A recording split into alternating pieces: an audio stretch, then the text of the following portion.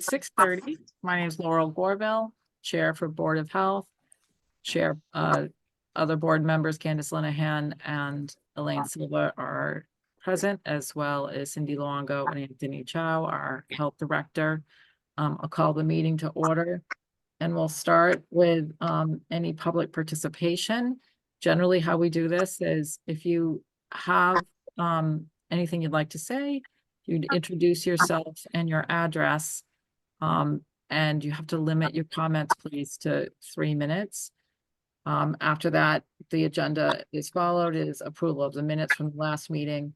We have a public hearing for Green Spa, a public hearing for Be Your Own Light, and a late fee to discuss. After that, in the agenda, we're going to have a lengthy discussion about regulation update for bodywork.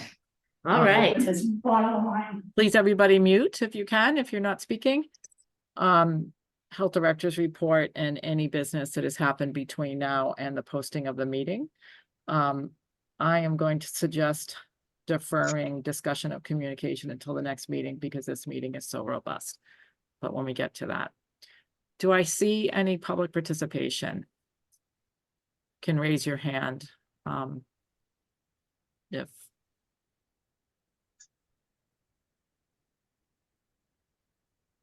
okay, Zine Lu, are you going to speak before the hearing or are you speaking on behalf of the hearing? I see your hand. Well, actually, I'm the interpreter for her. Is that okay that I can, That is okay. Because this is a time in the meeting for general comments. We're not open the public hearing yet for any establishments. At that point, we'll be asking people to specifically to speak. Okay, all right. So you want to wait until then? I think she can get started to tell everybody why she's here today. And Oh no, no, actually, that would be part of the public hearing. This right now is general public participation. okay. I will tell you very clearly when the hearing has begun. Okay. All right. And at that point, we'll invite comments. Is there anybody else for general public participation?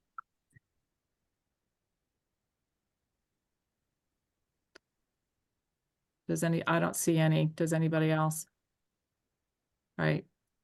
Seeing none, I suggest we move on to approval of minutes from the meeting of January 17th. Board members, any concerns? No comment. Yeah, I have no concerns. I could make a motion to approve the minutes as recorded. Okay. Do I have a second? I'll second to approve the minutes. All in favor? Gorville, aye. Linehan, aye. Silver eye. Thank you. That will be approval of the minutes. Okay, next on the agenda is a public hearing for Green Spa, 446 Main Street, a permit denial appeal. And Anthony, I'm guessing that you should open this or whoever you've designated to tell the board, give the board some information. yeah. If I could, for the record, my name is Attorney Jack P. Milgram, and I am appearing this evening on behalf of Green Spa. Okay. And before we start the hearing on behalf of my client, I'm requesting a continuance of the hearing. And the reason why I'm requesting a continuance of the hearing is I've had an opportunity to review the bodywork regulations for your municipality, and I see that they provide an applicant to request a variance, which could possibly at least resolve some of the issues that I believe are going to be before the board this evening. So I'm requesting a continuance so that I can go ahead on behalf of my client, request a variance. I believe you got to give separate public notice for that. And then we can come back and have a hearing at that time.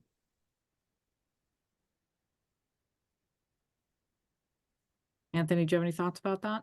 Well, the variance request aside, I mean, we closed the establishment due to a violation of our current regulation. If there was to be a variance to be asked for, Green Spa is also not a new applicant.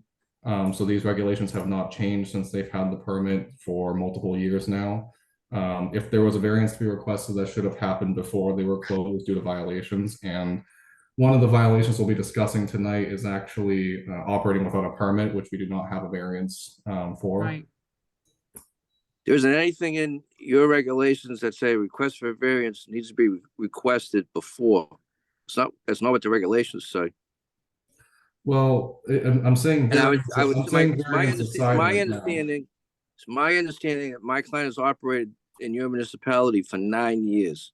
Correct. And it's my understanding that during that 9 years, there haven't been any issues with my client. Now, I requested, and you were kind enough to give to me what you have for documentation pertaining to Green Spa. And I don't see any, other than what unfortunately happened at the end of last year and the beginning of this year, I don't see anything that indicates that there's been any problems during the 9 years.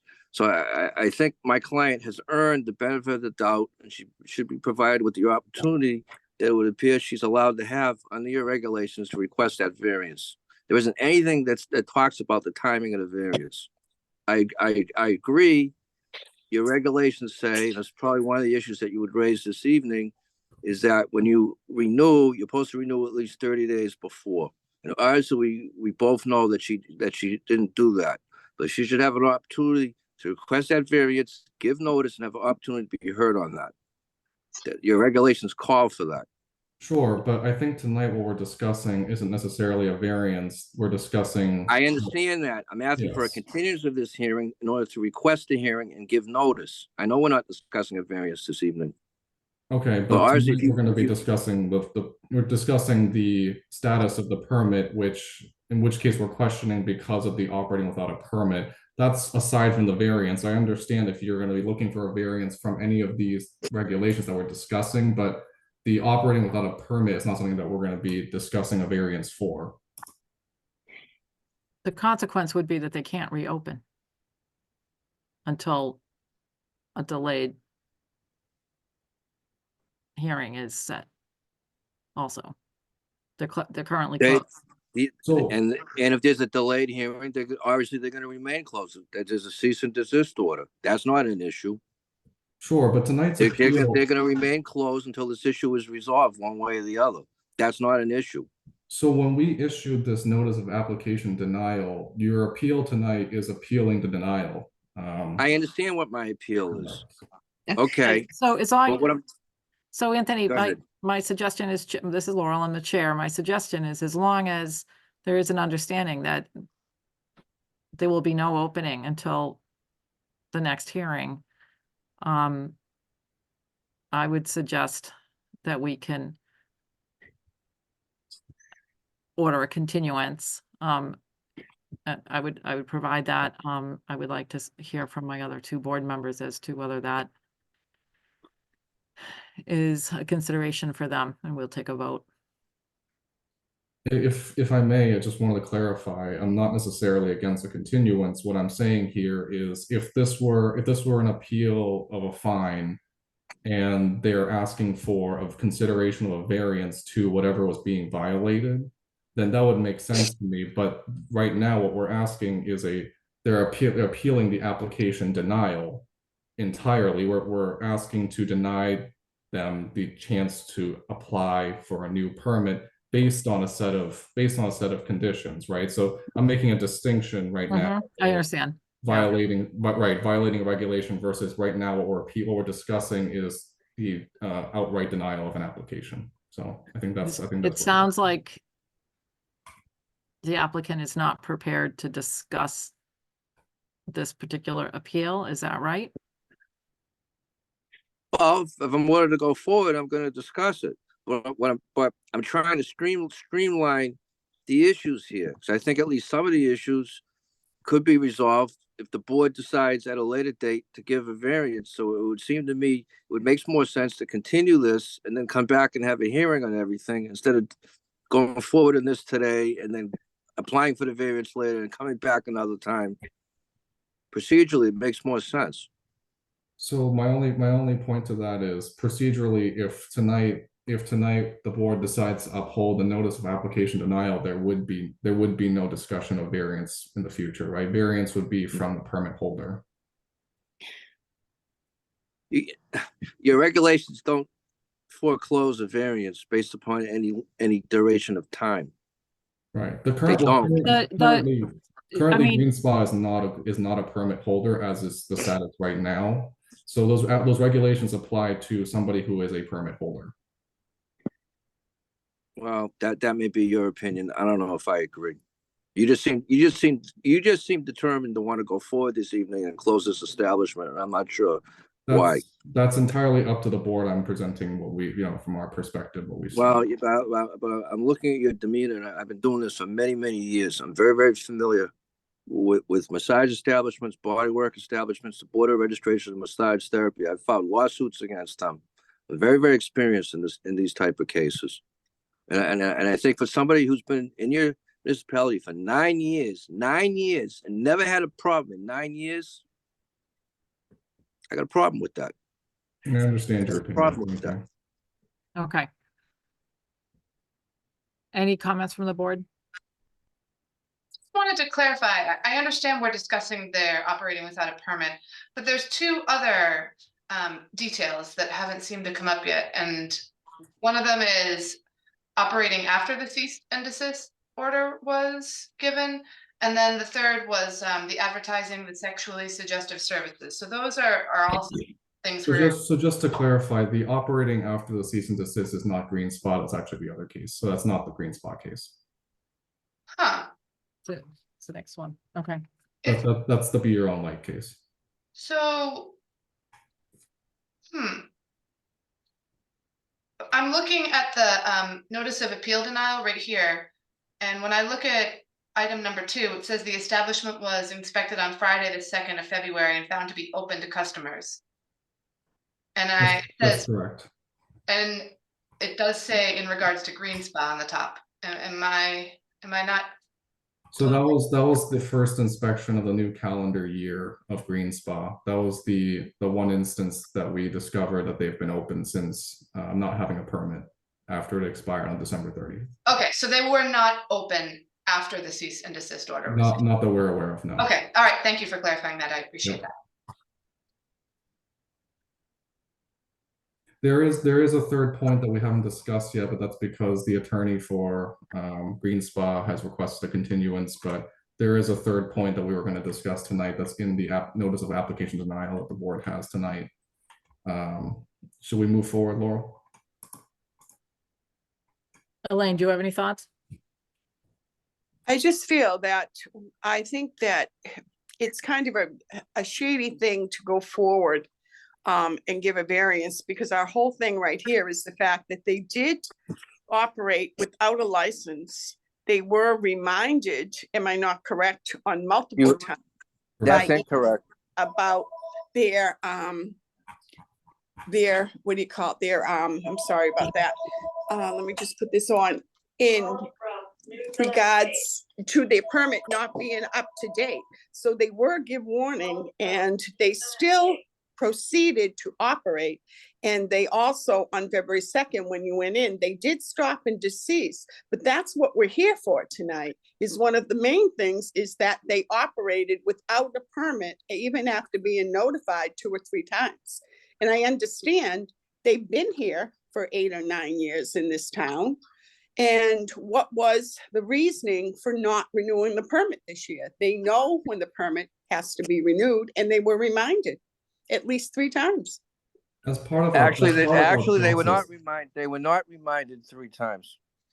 If you go and take a look at, Okay, Well- stop, everybody. yeah, Time out. We're either proceeding or we're continuing. I would suggest that we proceed on the item at hand. The variance is a different issue altogether. We have to get through what we have right now. So I am proposing that we allow Anthony to finish his presentation. The board will have an opportunity to hear comments from legal and an establishment if possible. And then we need to stay in the corners of the appeal right now, which does not include a variance. And a variance would be moot depending on the result of our conversation tonight. So I'm gonna open the hearing.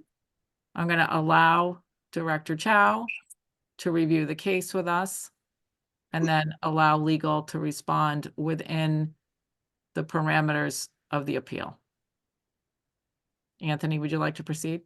Okay, thank you. So tonight we're discussing the notice of application denial for Green Spa at 446 Main Street. A cease and desist order was, I'm sorry?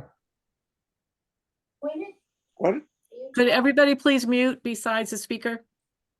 That Okay, would be Anthony. so based on the notice of the application denial that was issued on February 9th, 2024, we looked at their application. So the three reasons why, we have reasons as to why we denied their application.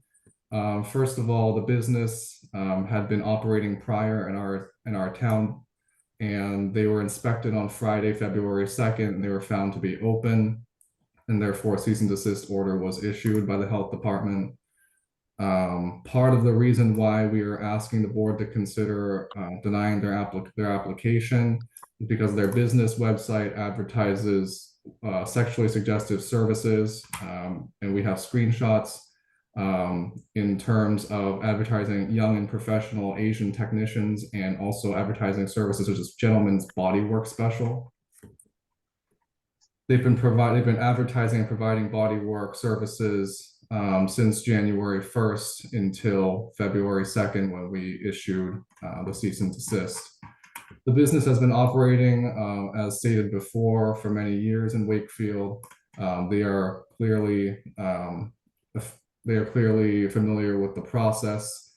They have had the same email associated with their business since 2019. That'd be shootingdo70@yahoo.com. In the last permit season, as per our usual protocol, our administrative assistant issued reminders on December 2nd, December 12th, December 15th, and January 3rd, all with read receipt on email. And so since that email hasn't changed, since they've been a permit holder with us, we have seen just an unwillingness to follow the protocol. And then also in your packets, you will see screenshots of the advertisements from the official website for Green Spa. They advertise bodywork, and it's actually date stamped on their website. So throughout the month of January, they're offering, advertisements for bodywork, general services, multiple mentions of Gentleman's Bodywork Special. These are not technical terms. These are seemingly suggestive services. And so, this is a clear disregard for the regulations of the Board of Health. And so looking at their application that they submitted, which was also after the fact, after the cease and desist was issued, they also submitted an incomplete initial application. And so based on all these factors, we did not find that they were operating in good faith, and that we did not think that they can be operating safely within the town of Wakefield. Thank you. Yeah, that'll be it. Thank you.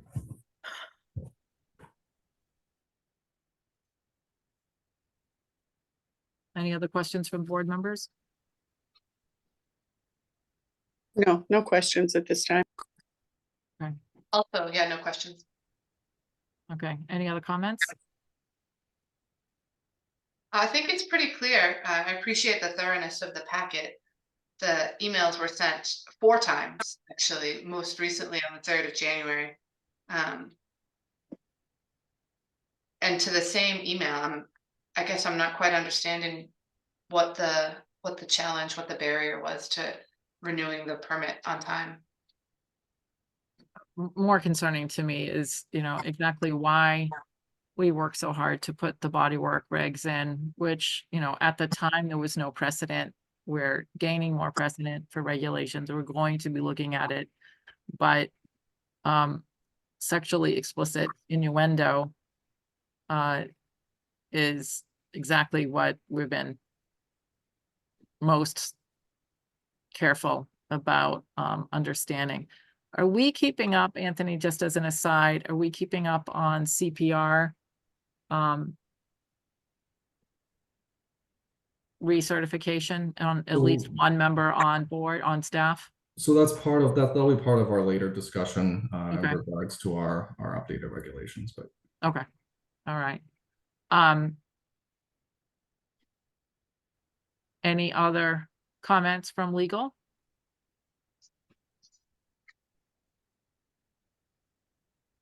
Legal for the municipality or legal for Green Spa? For Green Spa? Yes, I will.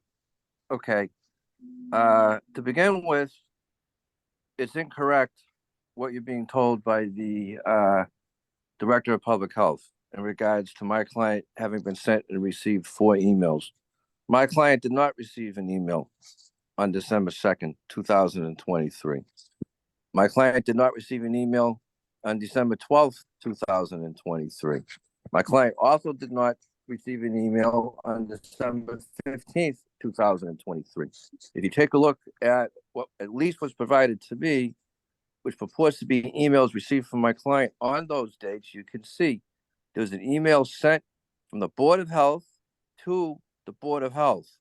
But in order for my client to have received those emails, my client would have to have been CC'd on those emails. And you can see there is no CC on the December 12th, the December 2nd email, the December 12th email, and the December 15th email. And in light of the fact that I don't see any CC, I believe my client when she tells me that she did not receive any of those emails. So the order to cease and desist, to the extent that it references emails that my client never received, that's inaccurate. The only email that my client tells me that she did receive was the email on January 3rd, which of course was after the end of the year. And if you take a look at that email is easily distinguished from the other 3 emails because that email has a CC to my client. The other 3 do not. And the fact that somebody, I don't know who it was, Anthony or whoever, the fact that somebody hand wrote in on the December 12th email and the December 12th email and the December 15th email, my client's email address, the fact that somebody wrote it in is not proof that the email was sent or received. So that's inaccurate. So to the extent that the people feel that my client created or exacerbated the situation by deliberately ignoring emails that were sent to her prior to the end of the year, she didn't receive them. There's no proof here that she received any of those emails. That's incorrect. so if I can just clarify with the emails, the first 3 emails, as you can see, they're all prior to expiration on December 31st. We send that email out to all of our permit holders. We don't disclose all of our permit holders' emails in a giant list. So we BCC them because we don't send out the entire town's businesses emails. The reason January 3rd looks a little different is because we send out individual expired permit emails that indicate whether or not they've read them. But this January 3rd is sent individually to Green Spa because they did not renew their permit. The first 3 are sent prior, and those are general email reminders to all of our permit holders because the majority of our permit holders expire December 30th. Well, all I can tell you is my client said she didn't receive them. And what I have, I know the difference between a blind CC and a CC, but there's no way to tell from these documentation that she received them. She denies them. And you got to think about it. She's been there 9 years in your municipality, and there hasn't been a problem in 9 years. So what would make this year any different than any other year? That doesn't make any sense. It's not like she's a new person in town. So if she said she didn't receive them, I think that's very credible. And I know there is a blind CC and a CC, but this does not show that they was sent to her or received by her. Does not prove that. Nevertheless, the more egregious concern is this move towards advertising that is worrisome. So a late application and a late fee is generally managed, but evidence and concern from citizens that we are moving away from the outline of the regulations, which is to be very explicit in not offering services that could have a sexual services innuendo, is the more concerning issue for Green Spa. She's been there 9 years, and I'm gonna assume during the 9 years that there hasn't been any issues with the police. Because if they were, I would have provided with copies of that documentation. In addition, my client tells me that there hasn't been any problems whatsoever. We're talking about somebody who's been there for 9 years, and during that period of time, this person's never had a problem. I understand what you're telling me in regards to the ads, but I've had hearings, as I've said, before the Board of Registration of Massage Therapy, and generally at those type of hearings, this type of evidence without more really doesn't prove anything.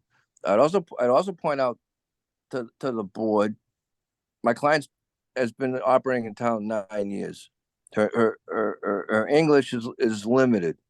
I don't know whether or not Anthony would agree with that since he deals with her, but she's here. I've met with her several times. And it's very common for people, they pay money, and the ads are run, and you know what? They don't even know exactly what it is because of their lack of ability to read English. I can tell you, I can represent to you as a legal representative for my client that if she's allowed to reopen, these type of ads will not run anymore. And from what I understand, from what's been explained to me, she, other than the fact that someone told her this was a good idea and she paid for it to happen, she didn't even without admitting that there's anything sexually suggestive. So I don't necessarily agree with that, but putting that to the side, that it would say anything that would cause offense. And again, she's been there 9 years. 9 years, she never had a problem.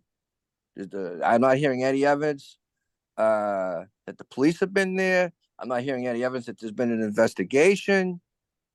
I'm not hearing any evidence of an unusual amount of people going in and out of there, late hours, after hours. I'm not hearing any evidence of people living there. I'm not hearing evidence of beds there. I'm not hearing evidence of food there. These are the common type of things that you hear about and see when there's something else going on other than massage. I'm not hearing anything like that here. And I've read many reports over the years, police reports, Board of Registration of Massage Therapy, investigator reports, the type of things that you would commonly hear about and read about in a facility where there's a concern of something else is going on. We don't have that here. And for somebody who's been there 9 years, never had a problem to say, well, your websites or you've run ads that say something that's upsetting, that number one, that's not enough. Number two, the person is the facility is representing through me that they didn't intend to offend anybody and they won't do it anymore. They've been there 9 years. And I think I understand what Anthony's saying. He's trying to say, well, they were blind CCs, but I don't know if that's so. They're saying they didn't get anything. So I really think they should get this facility should get the benefit of the doubt. To say after 9 years, one time there's a problem and we're not going to let you operate in town anymore. I think that's harsh. I think that's very harsh. Thank you.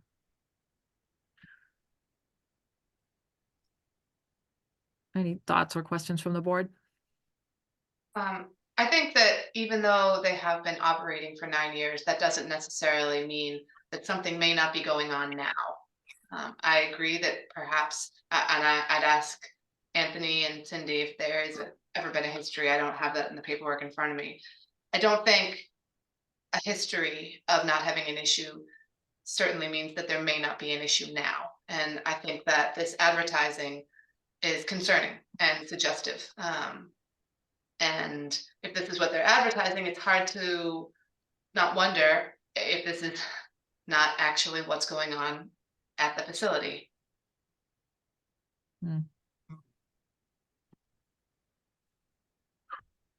Elaine, do you have any thoughts? I just also find that she has been here for 9 years. I believe there's nothing on record, Anthony and Cindy, that she ever was late before. Am I correct? We've never had an issue in getting a permit on time. Am I correct? No, they've been late before. They have been late before. Okay. And their first body work permit with Wakefield was in 2019. Prior to 2019, they may have been doing massage, but they came too late for us when we saw that they were advertising for body work without a permit. Oh, okay. So Okay. that's, So If I- permitted for us for 3 years. yes. So I don't know if the board remembers. Well, They, it's coming back to me. yes, Mhm. they Um, were- Were they licensed for massage through this Commonwealth, or were they practicing without a license all those years and we straightened it out in 2019? So Cindy, just correct me if I'm wrong, but I don't know that they were offering massage prior. I think they've always been offering body work. I don't remember if it was massage, it was body work, and that's how we found it. Brought to light here, that there was an Well, establishment. they had signs at their establishment where massage was covered. Like the word massage was literally removed from the list of services. So it said like, body and foot blank, and it had been covered up where it had said massage. It's also helpful because Aaron and our inspector, Dan Thompson, were the ones that did the inspection. Right. Mhm.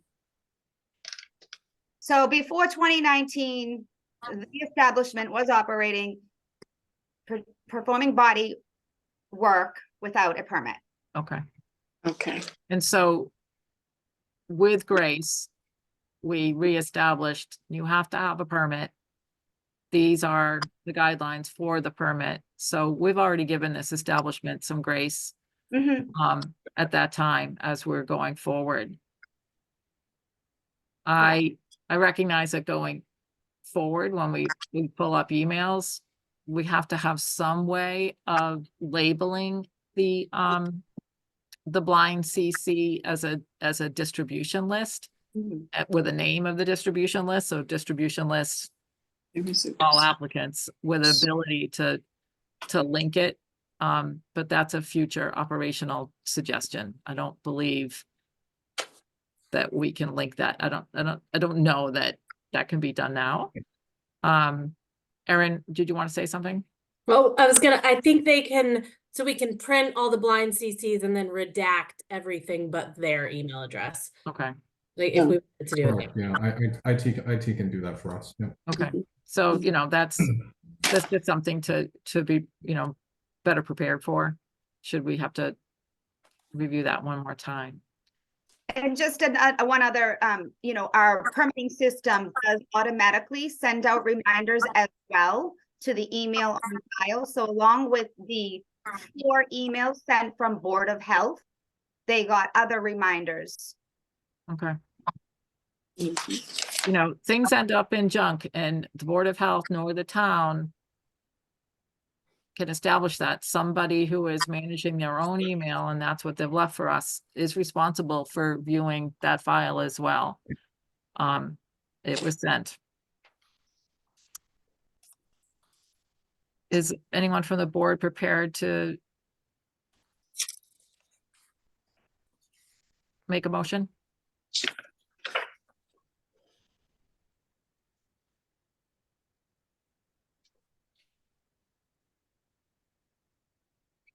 So the motion would be to uphold the permit to,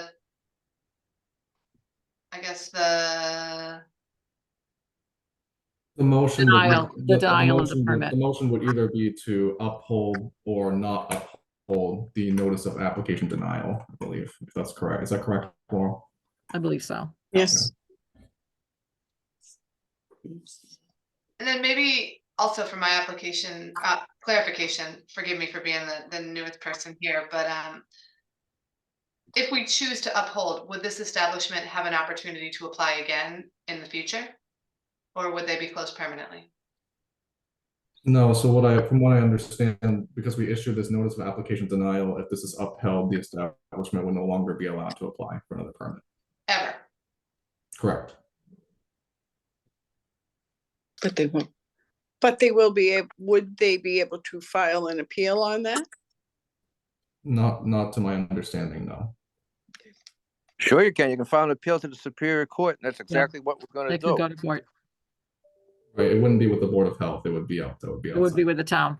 Town would be with the That's town. exactly what we're gonna do. And I don't Um, think Superior Court's gonna look very favorably. 9 years, nothing happened with this facility, but that's your decision to make. You wanna spend the time to do that.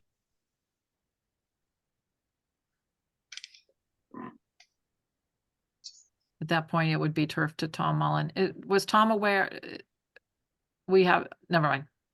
I'll review it, at a later date. I'm gonna Uh-huh. ask again that the board make no decision this evening. I'm gonna ask that this matter be continued, and I'm gonna request that proof be provided in regards to those 3 emails that my clients say that they didn't receive. Anthony said they were sent. We can continue the hearing. I've already represented to the board that my client's not gonna attempt to reopen the establishment, and at the next hearing, let's be provided with proof that those emails were sent. Why can't we do that? There's no prejudice to anybody by doing that. That would, if we could have that proof, that would be another piece of useful information, but it wouldn't change the issue number 3, with the suggestive advertising. You already sent it. Suggest. It's open to interpret. It's regular. On the advertisement, did you not, her legal there, state that she was not going to advertise? And I noticed that on copies of advertisement I have, she posted practically every day. And then everything was changed on February 1st to do some more suggestive posting. Is she aware that that would have to be changed? You mentioned something about that. It's going to be changed permanently if she's allowed to reopen. These ads will not appear again, ever.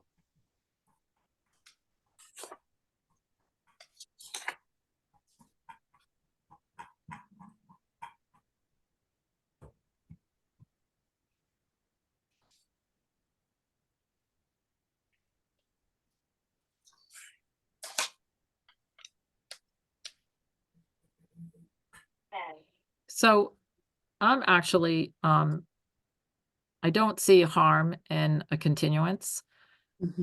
At that point, I would invite Tom Mullen to the meeting. At this point, we have not set our next meeting, but it's likely to be either the 13th or 27th. I believe we have a conflict on the 20th. So that is where I'm leaning, a continuance until our next meeting, at which time we will work on IT evidence, and have a little bit of time. There doesn't seem to be a consequence because the place is not open, and must not open until resolving this particular issue. As a board, it's up, you could disagree with me, but that is my thought at this time. I agree with you, Laurel. I think that we should continue this and see and bring up some of the questions to see if we have more proof of that, and to look this over again, and advise with Tom Mullen, the attorney for the town, to speak to him. Okay. I'd make a motion to make a continuance hearing for Green Spark. In that motion, I agree. I think that there's a lot at stake here, and we need to do our due diligence and get the information, and fully discuss it. Okay. All in favor, Gorville, aye? Silver eye. Linehan, I. Okay, so we will be in touch tomorrow with the date of the continuance. I appreciate your time. Thank you. Okay, thank you. Take you. Welcome. Take good Thank care. you. Okay. Excuse me. Would you like to begin with the public hearing? So the public hearing for Green Spa is continued. The public hearing for Be Your Own Light is commencing. It is 7:10. Anthony, can you give us some background on this one? Sure. So Be Your Own Light, this came about, sorry, I'm just pulling it up right now. This came about on December 22nd. So the establishment had reached out to the town and had been advertising for bodywork services since as early as December 22nd without a valid bodywork permit from the Board of Health or a valid massage license from the Massachusetts Board of Registration of Massage Therapy. The establishment was inspected on Monday, January 29th, 2024, and to be servicing one customer. One of the workers admitted to sleeping overnight when questioned in the establishment on Monday, January 29th inspection. This inspection included Wakefield Police, the Board of the Health Department, and the Massage Registration Board for the state. Sleeping in the establishment is found to be in direct use violation of our zoning district, which is zoned as business use in that area. And a cease and desist order was issued immediately afterwards. And on Tuesday, February 6, 2024, a customer was confronted by myself and disclosed that he had received a 30-minute back massage coming out of the establishment. They had already received a local cease and desist order from us, and they had received a $1,000 fine from the state previously when we first issued the cease and desist. They still did not have a valid bodywork permit or a massage license. Due to these reasons, we are looking to issue we've already issued a notice of application denial, which is the order that is being appealed tonight. We do not believe, based on their behavior, operating without a permit and then continuing to operate without a permit afterwards, we do not find them to be safe to operate in the town of Wakefield.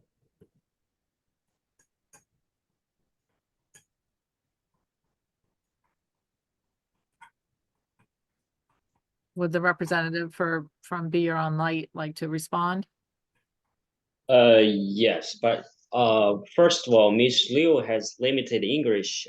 Is that okay that I can? But she wrote all the response on the paper right here, so I can read what she wants to say in here. Is that okay with everybody or not? I believe that's the best we can do. Okay. So first of all, she said that she has a professional body work therapy that's from the National Organization for Body Work Therapy. It's called Certified Practitioner of Acupressure. That was issued on January 3rd, 2024. So, and also this established was brand new. That's starting, that was December 28th. But on the first, the reason that on the denial letter saying that the establishment had been advertising and providing body work as early as December 22nd, 2023, which was not true because she started the business on December 28th. So, and number two, that before she started the business, she even went to the town and asking for is any permit should be should be issued or received before she started business. But she got the business license from the town of Wakefield. And she was told that that was the only procedure that she needs to receive to start the business. All right, number two, that about the 29th, there was one worker who sleep there overnight.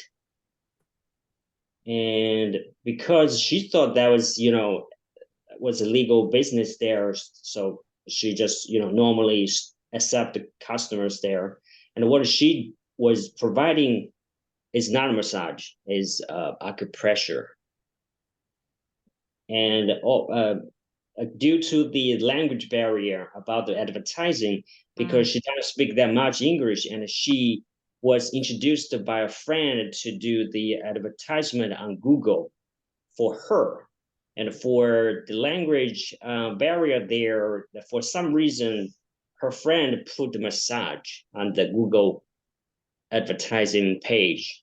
That's what she said, okay. But after that, she immediately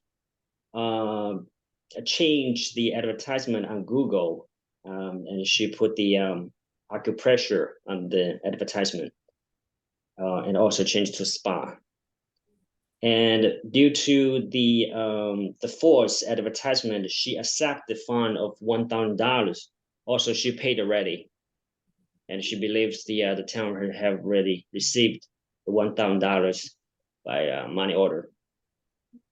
And also for next is saying that she also posted a policy, like a store policy, on the inside of the establishment, saying that there's no one could stay in the store overnight, and that was not allowed to cook. And because that was a new establishment, so she didn't put the camera over there. And also she was not always staying there in the store. And that's one staff, the female staff, that was because the violated the policy, she was fired by Miss Liu. So on that night, she was planning to go back to New York, but for some reason, probably the traffic issue or something, she just stayed there for overnight, only on that day. Okay, and on number 4, because Miss Liu was not in Boston on that day, on the 29th, which is on the February 6th, Tuesday. So as the inspector went there, I think he should know that all the light was power off and the heater was not even on. So that's one girl there went to the store trying to turn off the I think the electricity or unplug some device over there. And then there's one friend of the girl went to the store, and because his back very hurt, and she just the staff just helped him to give like a back massage, and without any charge for 30 minutes. So because the store was closed, and at that time the inspector came and said that a customer was receiving a massage service over there, which was not true. And after that, she applied. She went to town, applied for the permit to get the bodywork establishment that was denied for the reasons.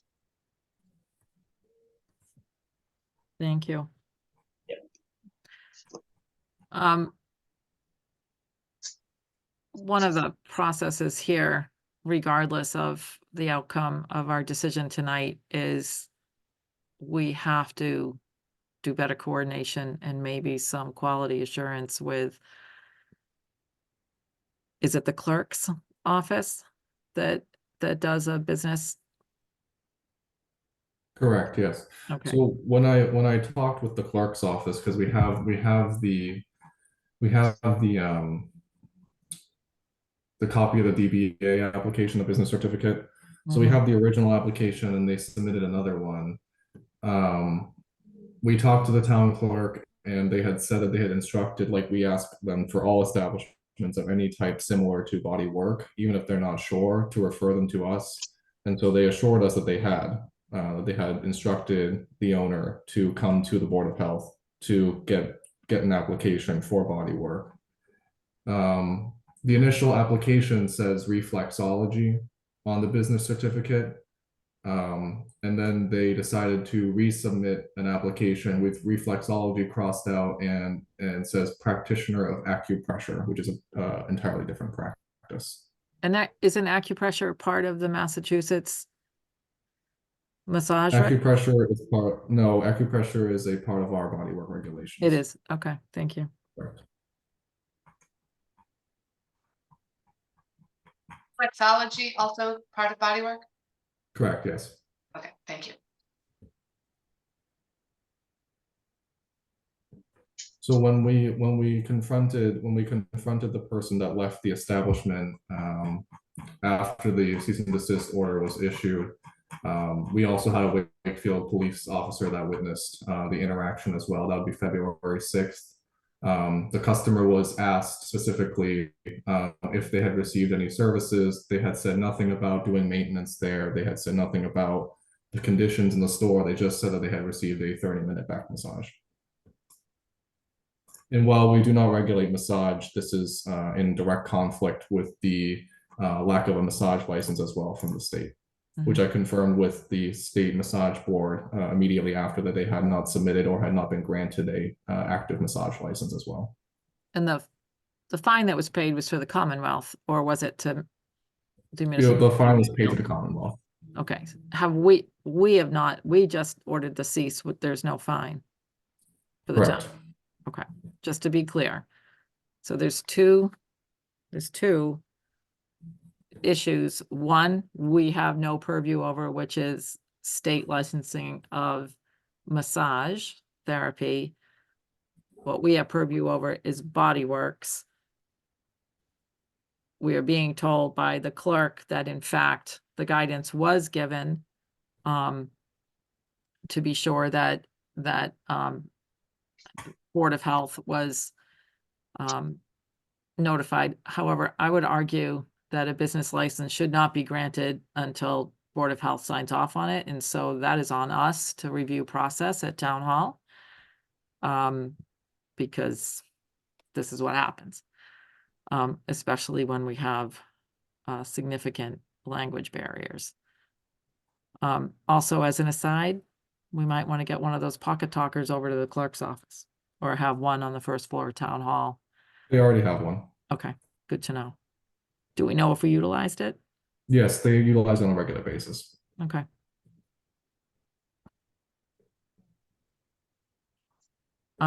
Any other comments from the board? Or suggestions? Unless Elaine. I think I would continue to go forward to, of course, they have the order to cease and desist and to deny them an application. I really feel that they have some knowledge of what they can do. It is seen by the clerk's office that they did come in and we were notified, and that's how we knew what they were doing. No, They've- wait, I don't think did the clerk's office notify us? I think this was a citizen notification. Isn't there a thing on the back from the clerk's office that they came in for a business permit? Oh, yeah, sorry. Yeah, so Yes, so correct. they did, so that's another thing that we could see that there was the difference. They were changing from their title or their work, Right. I see that. acupressure. Okay, yeah, so In they did, English. yeah, it was. So I think that there's many things that they have not followed in order of opening a business and getting the proper permits and presenting them and filling them out. I think that what we have seen, it was not only us, the health department, but also police and the state board, from what I understand. Is that correct, Anthony? Correct.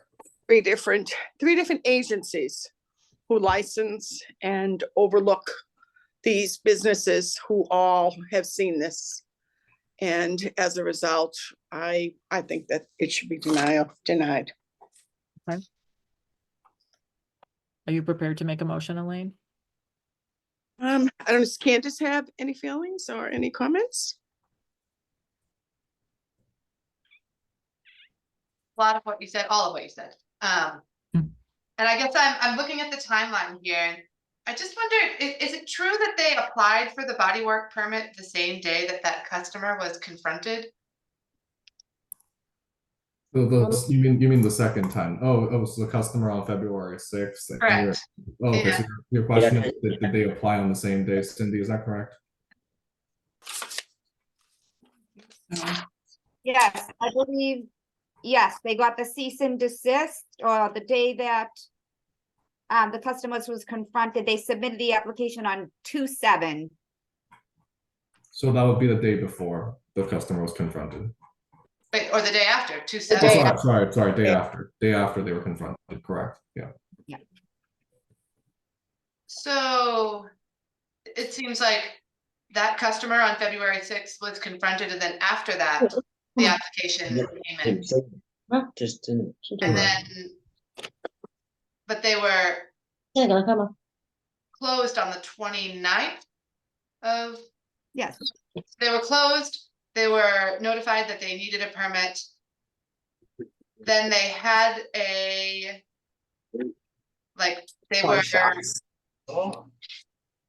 had this happen with the customer, and the police and the health inspector were there, and then they applied for the permit after that? yes, Correct. No, it was- Yes, that would was be before, that's before February 6th. She received the certificate of practitioner of acupressure like January 3rd. I don't know if you guys can see it.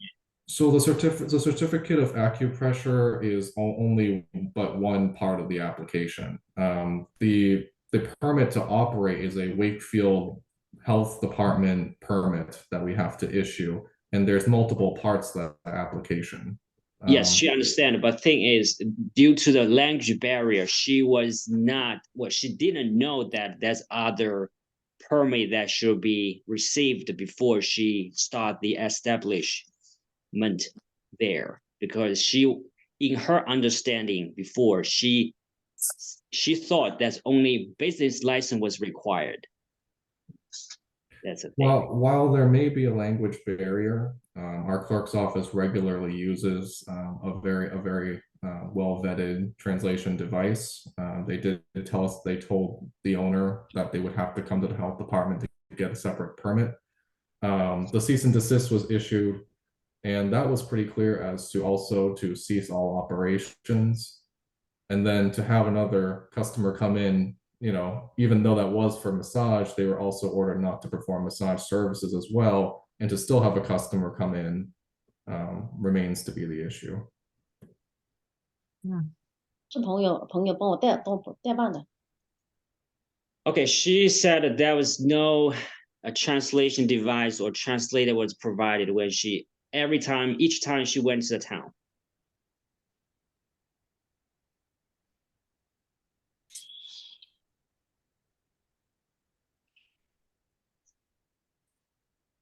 Mike, what I'm wondering is, if Ms. Lu can, like so many of us, we can understand a language but not speak it.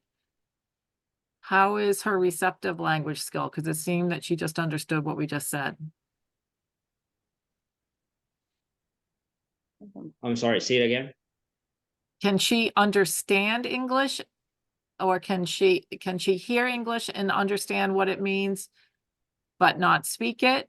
Or can she not understand what she's hearing? 他是问你是能听懂吗？还是你听懂不会说？都不会。 Well, she doesn't understand any English, and she couldn't even speak any English. That's the issue. Who filled out the application in English? 是谁帮你填了个表格？ 我的朋友啊，朋友。 It's one of her friends. Okay. Was one of her friends with her at the clerk's office? to help her? 什么样的表格？问他。 I'm sorry, what kind of When application? she got the business application from town hall, part of this is to understand the process from our end. 营业执照 Was her friend at the window trying to get the business application? 营业执照的时候我当时在，但是是那个女的，是你一起去申请的时候那个女的吗？因为也是在店里那个。不是他帮我办的，他住在波士顿的。但是那里去申请的时候，我有在那里，他们只要我们把那个表格填一下，就说你们可以营业了。The one of her friend who lives in Boston help her out to fill out the application. Okay. We have so many additional issues other than, straight on behavior, which we'll speak at a later date. 知道。 So Elaine, your first thought was to not change the denial, to support the denial letter of the application. Yep, to keep cease and desist and to deny the application for a permit. Okay. Is the board ready to vote? Candace, thoughts? I see you. I'm trying to read your mind. Yeah, I'm thinking, and I definitely,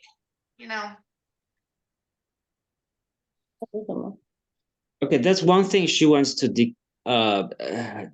say that each time she went to town of the Wakefield, the staff there was not nice to her. It's kind of gave her like a bad attitude. I think that was due to the race. The staff, the female staff, also is on the Zoom video right now in here.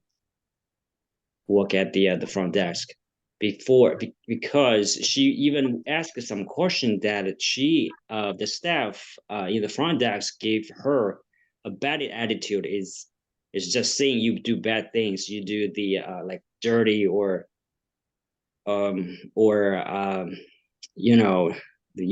advertisement, that's for sure, because she didn't even have the evidence to show that. Okay, there is nobody from the clerk's office on this Zoom. 是他吗？ There's nobody here. 不是他，搬表格的人不是他。 You may be referring to the health department once you brought in the application, but we're working on the initial business application right now. Okay. To be clear, Anthony, did we also investigate advertising for this establishment? We did look into it. I don't believe, Cindy, just correct me if I'm wrong, I don't think we found anything directly linking them. Is that correct? We found some third-party website advertising, but we didn't mention it only because we can't directly tie it to them. Can't guarantee that this was their posting. So Okay. we didn't include that in this. Thank you. Okay, it's we are in a new domain where we have businesses who are trying to do body work. We're trying to maintain reputable establishments and safe for the public. And we may have more work to do because every time we come up against something, there's some more unanswered questions. My thought is when we get into policy making, that we address language barrier more specifically, and that we find a process where a business license is not granted unless there's a checkbox that the application has gone through the Board of Health. Is just as an aside, when restaurants come into town, do they do business before Board of Health? They probably do. Yes, it's part of the plan review process. First, they get a business license and then, okay, all right. So we need to find a way to tighten up this process. But that being said, in the confines of this establishment, I'm still hearing some concerning behavior. Too, and I think, you know, I appreciate your patience with me trying to sort out the timeline, because the way I'm understanding it is that they were given the cease and desist order, and then they didn't adhere to it. And then something happened and they were caught servicing a customer, and then they applied for the body work permit. That's sort of how it seems like this timeline went for me. And I do think that we could all do a better job meeting people where they at as far as their language. But then I think as a business owner, if I owned a business, I would want to do my due diligence and make sure that if I needed help, I would bring someone that spoke the language. And it sounds like we could have done better, but they also perhaps could have made some different decisions at the time. So I think I'm inclined to agree with Elaine and uphold the denial for the application. Okay, Elaine, can you make your initial motion? Okay, I hereby submit the motion to keep the cease and desist order and to deny the application for permit to, I want to say the right name, Be Your Own Light. Second, I'll second that motion. all in favor, Gorville, Silver, Silva, okay. So the application is denied. And this is the end of the hearing. She's asking for finalized reasons that the application was denied.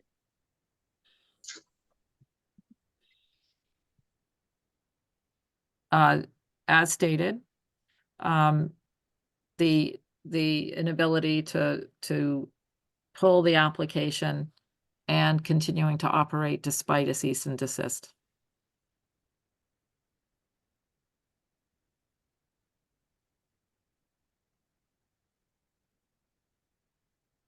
Those are the reasons, and I believe we'll follow up with a letter, Anthony. Yeah, that's correct. We'll outline what we talked about tonight in the letter. Okay, so a letter will be forthcoming. Thank you all for participating in this hearing. 在心里，无法解释。 Okay, you want to make a motion to close the public hearing? sure. Yeah, I'll make a motion to close the public hearing. Second, All in favor, Gorville? Linehan. Silva, aye. Thank you. Yeah, yes, aye. Okay. Anthony, next on is Franklin School Condo Complex and dumpster permit late fee.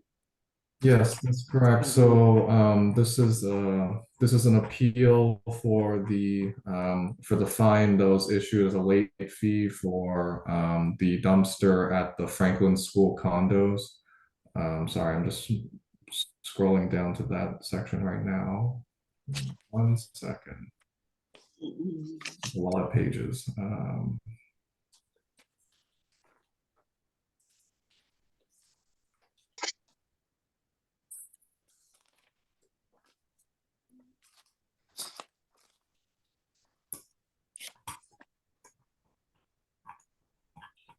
Okay, so this is for the applicant, Susan Citroni. This is on behalf of the owner, BH SNF Realty LLC. Cindy, that's correct?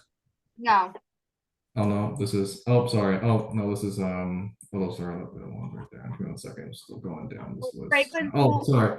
It's for the Franklin School Condominium Trust, the Dartmouth Group Franklin School. The primary location being at 100 Nahant Street. So this Yes. dumpster was late in terms of application for a permit, and they did not submit a full application until January 12th. Is that correct, Cindy? So their application they submitted it was actually submitted on time. But the problem was that they didn't pay the fee on time. So you Oh, can. I see see. that So the application wasn't completed until it wasn't complete. January 12th. There was no no fee. Correct. So the application is considered complete when the application is completely filled out, plus the fee is paid for the permit. Right. And that wasn't done until January 12th. Is that correct? That's right.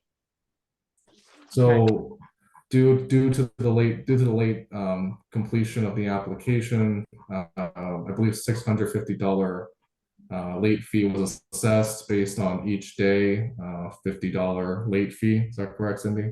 It's $100 fee for the dumpster. And then with them being late, the daily late fee is $50. So the late fee is actually $550. Correct. The late fee is $550 and $100 is just the license fee. Correct. We assessed the late fee at for a total of $550. Tonight's appeal is for the late fee specifically. Based on the way we enforce permits, we again, like earlier hearings, we issue multiple warnings closer to the expiration on December 31st. We issue warnings by email. OpenGov, which is our permitting system, also sends out reminders as it gets closer and closer to the expiration date. And this dumpster fee wasn't paid until January 12th, so the application wasn't considered complete until then. So we assessed the late fee. Just for the board's information, this cycle, we also collected 3 food establishment permit late fees for submitting the permit late. We also collected 3 dumpsters total and 1 transporter for a late fee. So the assessment of the $550 is meant to be equitable in the sense that we do assess a late fee to all late applicants. We don't give preferential treatment. And so what you sent us in the packet was a chain of emails going. Looked like fun, Cindy. Yes, this would include the chain of communication between Cindy. That includes emails as well as the communication portal through OpenGov. Yeah. Mhm. And has the fee been paid? Yes. It has been, correct. So they're asking for a refund. Yes, that would be correct. Okay. And to your point, lots of people paid late fees or many. And we've collected on late fees from the restaurants. Yes. Correct. You may We've have collected heard. late fees from all other late establishments. Okay. How long have they had a permit with us? They were first issued a permit in 2023. Correct. 2023, okay. Yep. Yeah. Had they been doing it without a permit prior to that?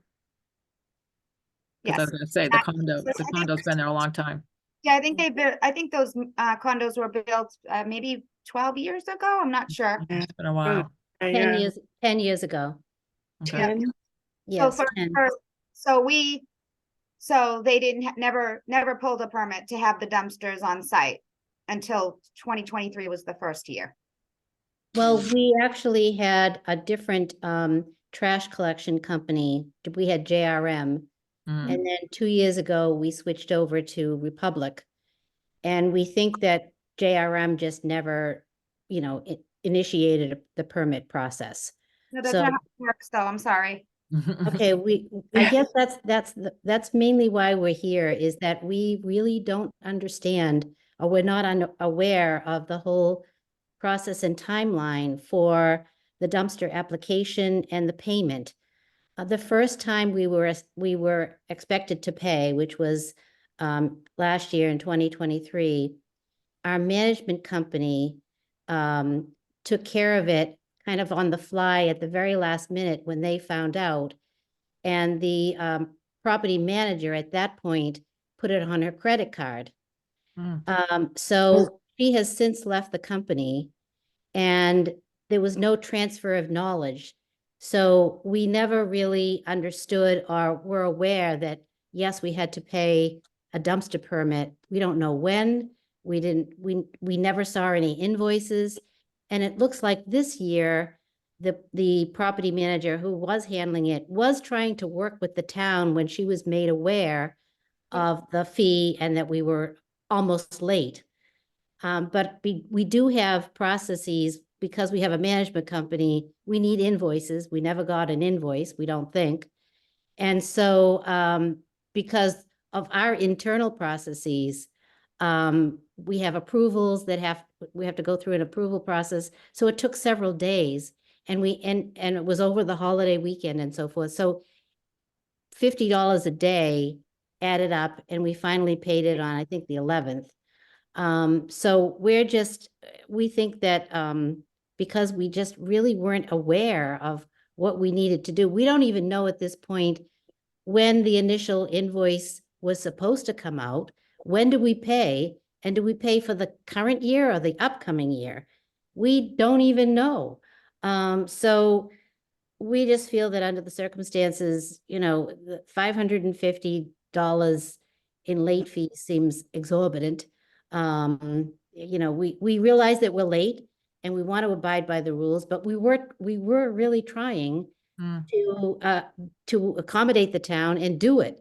We would by no means trying to defraud the town of, the late fee of the initial fee. So that's and I think there were some discrepancies also in who the bill went to and the actual name on the bill. There was a discrepancy between the application and the invoice, wherever the invoice was, I don't know. So I think we're kind of pleading ignorance here, but it's the truth. We just didn't know what to do about it, and we still don't know. When do the invoices come out? Who gets them? And how long do we have to pay? I'm sure it doesn't, the property manager started working on this December 27th. I'm sure something came out prior to that. But we just don't understand what happened. We really don't. Okay. So as opposed to restaurants where we have kind of a tighter communication cycle, Gail, are you condo association? Do you live there or are you part of? Yes, I did introduce myself. Yes. I'm on the board of trustees. My name is Gail Merrithew. And there's another person, I don't know if she's visible, Stacy, who is also on the board. And then our management company is represented here by Gina DiFrancesco and Bella Ferrara. So if I've missed something, they can speak up. But I think that's all we know about it. Gina, Bella, Stacy, anything that I've missed? No, you covered everything. Like Gail said, we just want to know what the process is so we can put it into action. Honestly, it was an honest mistake. Like Gail said, we weren't out to defraud anybody. We just want to make sure we understand the process, and as soon as we get an invoice, we pay it right away. That's the thing. So where it didn't happen, that kind of bothered us a bit. So that's why we kind of jumped on it and everybody was trying to figure out what the process was. So we do apologize, but if we could just get clarity on who it's going to go to, when, and what our time frame is, we'll make sure that we get it correct moving forward. Okay, so let's start with the basics. Who is the permit under, Cindy? Jessica Figueroa. Okay, She is no longer on the property. exactly. Okay. Is there, So I think, so that's communication glitch one. Right. Is there a trust email that's a company email that doesn't go with a person? Can it go to a person? Can it go Well, to? this is a Bella? problem. This is what happened already, right? It went to that Correct. person. Correct. So does the trust have a trust at where anyone in the trust has access to a general invoice? No, the invoices come to the management group and then we process them for payment, and we So usually have no does issues. a management group have a generic email that an invoice can go to, or does it have to go to Gina at the management group? It should go to a person. It should go to either Bella or I, but actually it should go to Bella. She's the property manager. Okay. Who's So Jennifer Booley? I see that seems like who this applicant is. She was the old property manager who left the company.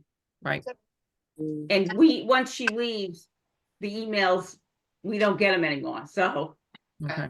that's the problem too. So Cindy, Yes, the way it go, can you just outline? So what is it, what day does the email go out saying your dumpster fees will be due by December 31st? When does that go out? I start sending the first notice mid-November. Okay, So yeah, so that's the problem. It's Jennifer Boulay who applied for the first permit back in 2023, or 22 for the 23 permit. And she's no longer, so she's been on the notice to get the renewal right. notice. So it's going to a ghost. How can I correct that? So you're gonna have a mistake again because Jessica's no longer, and it's on, Correct, she's the person who applied this year. correct. You have to Okay. go into the account and change the email, and as Laurel was saying, maybe there's a Dartmouth Group Management email address that you could use that anybody Sure. versus an Okay. individual, because. We will correct that immediately. So Okay. I was in communicating with Jessica, happy that she applied on time. However, she had an issue because she applied in her name, not putting it in the Dartmouth group. Right, So therefore, now she was saying, I need an invoice. Well, on her end, she has the ability to create the invoice by changing to the Dartmouth group. So I was able to help her do that, and that was done on the 28th, and it clearly in the communication asks her that to pay, now that we have that clear and the invoice is coming in the right way that you need it to be paid, you need to still pay on time. Correct. That's kind of where things went. So, South, correct. She said AP was going to handle it. So AP, they overnighted a check, but you didn't receive it until after the fact. okay. Because Can I- I guess we couldn't pay online because it was too late. It was past the date. Oh, no. This is from what I understood. nope, online payment's an option. Okay. Okay, And I had even gave her the option to tell me, I can just show me APs in process of a check, and I can stop the fees from accruing. do we have a date on that overnight? Is it's the check itself date stamped? So if they came- sent it overnight, if, so this is where my mind is going. Yeah. I think there was a definite effort to get this in. Yeah. I double paid Kohl's this year myself. I would suggest that we freeze the fee at the day that check was cut, not the day that we received it. I would say that was maybe on the 9th when she had said to me, please don't keep accruing the late fee. Right. I believe it's in here in the communication. And I can, That's on the 12th. was that on the 12th? It says the 12th. It might have, the day on the 12th is, I think, the day I received the check. Whatever day she was permitted is when I got the check, because I applied it to the account and sent the permit, so. Okay. Do we have the date on the check by any chance? So it was sent overnight on, excuse me, January 11th by Courtney No. in our AP department. So it's not gonna get us much. No, but I, Right, They get us a that's all day? I have. I'm willing to bargain a day. yeah, well, I think it was the 9th. The 9th is when I said, what's happening? Let me see. Yeah.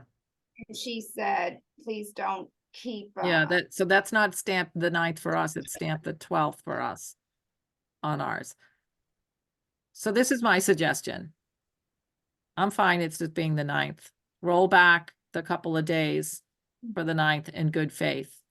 Mhm. And let's be sure, no, my board has to agree with this, but this is my suggestion.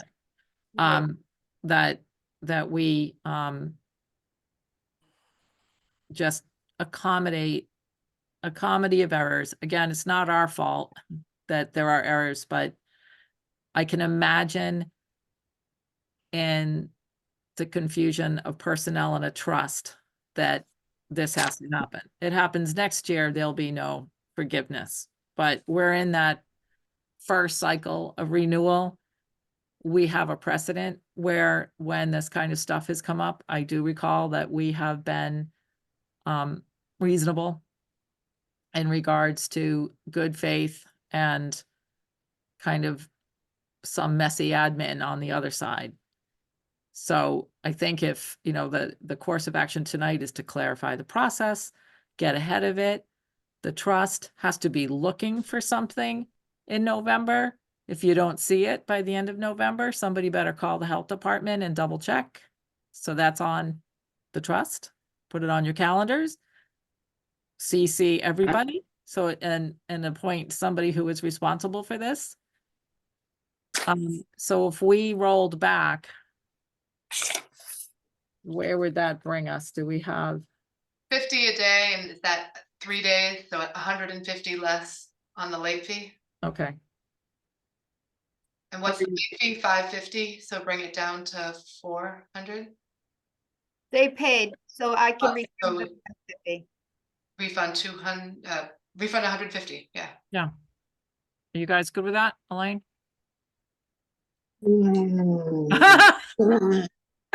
I love to throw a curveball in. don't I? Go ahead.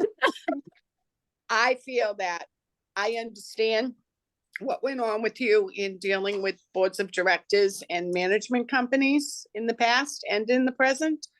I feel their pain because somebody left, and once somebody leaves something and you only have a personal email, that's a problem. And I really and truly think that and then changing trash companies, let's face it, that's not easy either to change from one company to the other. And it is a responsibility of a trash company to also pass that information on. I personally would waive, I would waive all the late fee because I don't think it's there. I think it's a communication problem, and they did start, if you see, back like on the 27th, they inquired about an invoice and said they couldn't pay anything without an invoice. So they tried, and Cindy tried herself to get it and submit a change. So the permit was due the 31st, and they were already working. You're already on it. working on it 27th. Oh, Yeah. Elaine, I'm you so surprised me. surprise you, and I make a You're motion. like the queen of the dumpster fees. Been there, done that, worked with dumpsters for 18 All years. right. I just feel I'd like to make the motion that we waive all the late fees due to the communication and the change in the trash company. And they did have due diligence. They tried on the 27th, and Cindy tried to help them. That's my motion. I don't know, Candace. It's up to you. I mean, I'm looking, I hear that. I'm wondering what happened between the 4th and the 12th. I sort of see like a lag there in the packet. I agree that things were going back and forth, the 27th, 28th, 29th. Well, the holiday weekend. Yeah. Yeah. Between fourth and the 4th and the 12th? No, you're right. Okay. Wait, the 4th and the 12th, I'm waiting for payment is all, that's what's going on there. Okay. Right, but then the check wasn't issued until the 9th? That's what we're saying? So again, this is not, you know, I fully appreciate the administrative lifts, you know, I understand there's changeover, you know, this is in no way saying that there was no, some effort put into paying this. The only thing I would bring up to the board's attention is, you know, we just want to be, this is, Oh, where'd you go? oh, Who you sharing? Marcy has started sharing a whiteboard. Marcy, do you mind not sharing the whiteboard? Yeah, that's odd. Oh, thank you. Okay. Okay, so what I was saying was it's, you know, again, I understand that there was some effort there. There is a lag time between the 4th and 12th. I just want to remind the board that we don't want to set a precedence of, you know, because we have collected fees from other establishments. I understand that there was an administrative shift for this group, and I think we can avoid that in the future. I think there are a lot of good suggestions tonight. Yeah, I would say though, Anthony, we do have a precedent. This very similar thing happened in the past. When Elaine and I don't know if Candace was on board, but it was a kind of about you know, the understanding of due diligence and the kerfuffle of admin on the other side. So this is the first year in a transition. This is, you know, and this isn't, you know, we let's hope we're not starting, you know, that we're opening a can of worms. But I would say that the complex administrative end on a trust is very different than something that's a little bit more linear. Yes, someone has to pay attention to the bills. Yes, when somebody leaves an organization, they have to, you know, you have to have a system where you have some redundancy. So the trust has to build that redundancy so that you're not missing these things. I do see the due diligence, and I'm inclined to agree with Elaine. This wasn't, you know, this wasn't a no communication. This was we're trying to figure out who in the institution has the power to pay. So at least we have the start of the process, and then I imagine over 2 long holiday weekends, or right after the holiday weekend, on one going into the new year, that these things took some time. And we're not, you know, we're not here to collect fees. But you know, our fees are to manage our admin. Our fees are to to discourage people from ignoring them. It doesn't look like this group ignored them. It just looks like we had quite the stickiness on the payment itself. But with good intent and due diligence, I think we could argue that in the future that we did that. That being said, we have 2 options. One is to peel back the late fee of -150, or peel it back completely, as Elaine said. And so I'm asking the board what they think.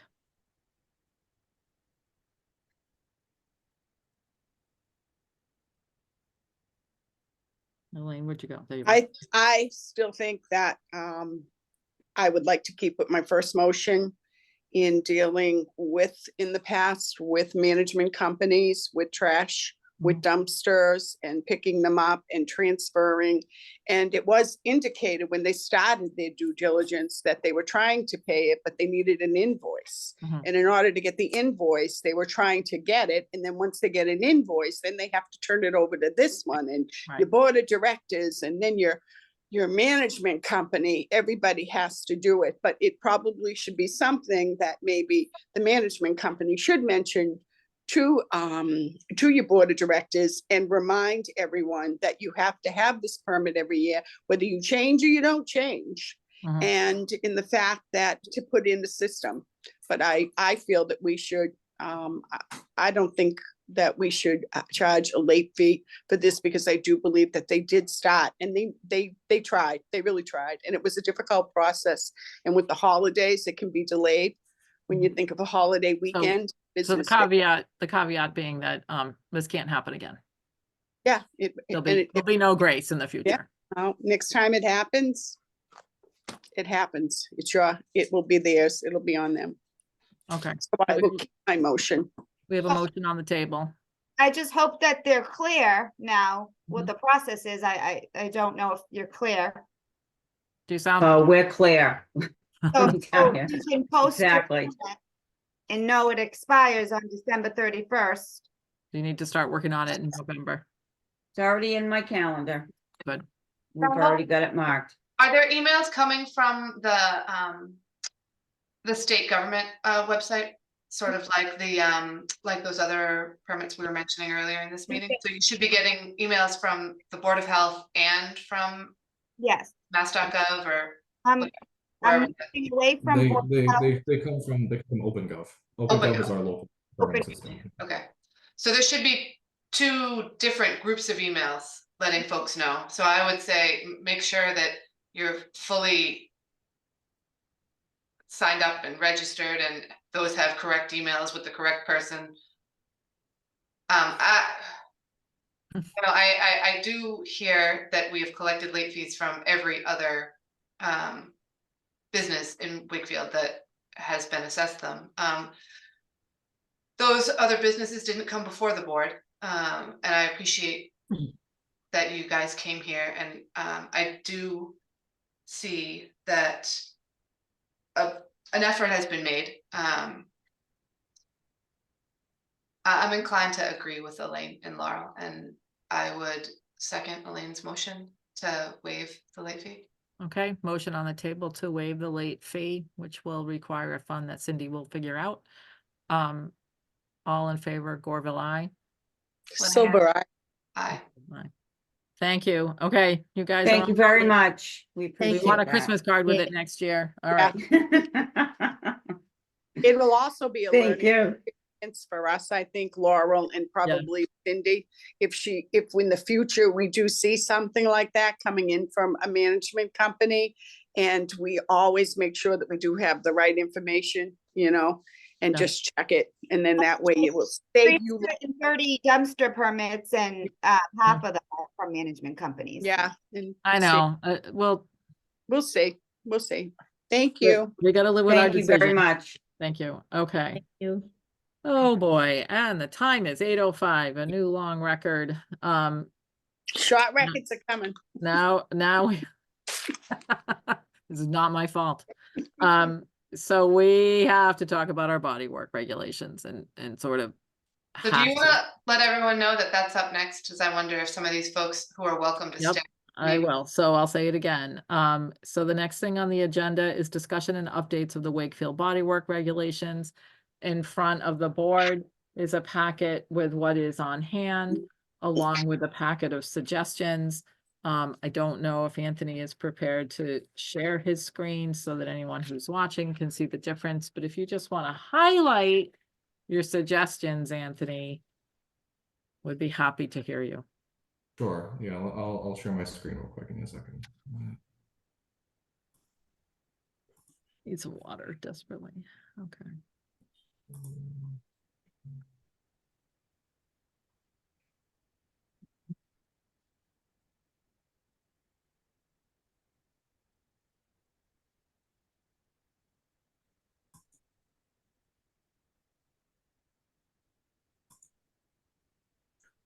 Okay, can everybody see the Word document that's being shared?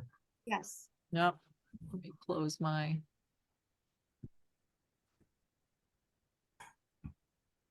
Okay, so everybody can see it? Are we looking at the original or the reworked? Well, on the screen right now should be the reworked one. Do you see the moving, do you see that the document is moving on your screen? Yes. Okay, so this is the reworked version. The board should have a copy of the original, copy of the reworked.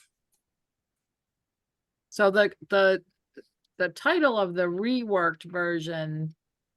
Oh, I see. You've done it twice. So ours says tracked changes, and then the second page says rules and regulations for body work. Yeah, so track changes is a summary. So Okay, big shout out to Dan Thompson and I see. Yes. Yep, Deanna yep. from for our PHE grant for working on this, and all of our inspectors and all of our nurses and Cindy, everybody chipping in to, give us kind of, different pointers as to what might make sense for our regulations moving forward. Okay. A huge research effort was done to pull in bodywork regulations from across the state, including all cities and many cities and towns, not all. Many cities and towns, bodywork regulations. There's a lot of good stuff out there.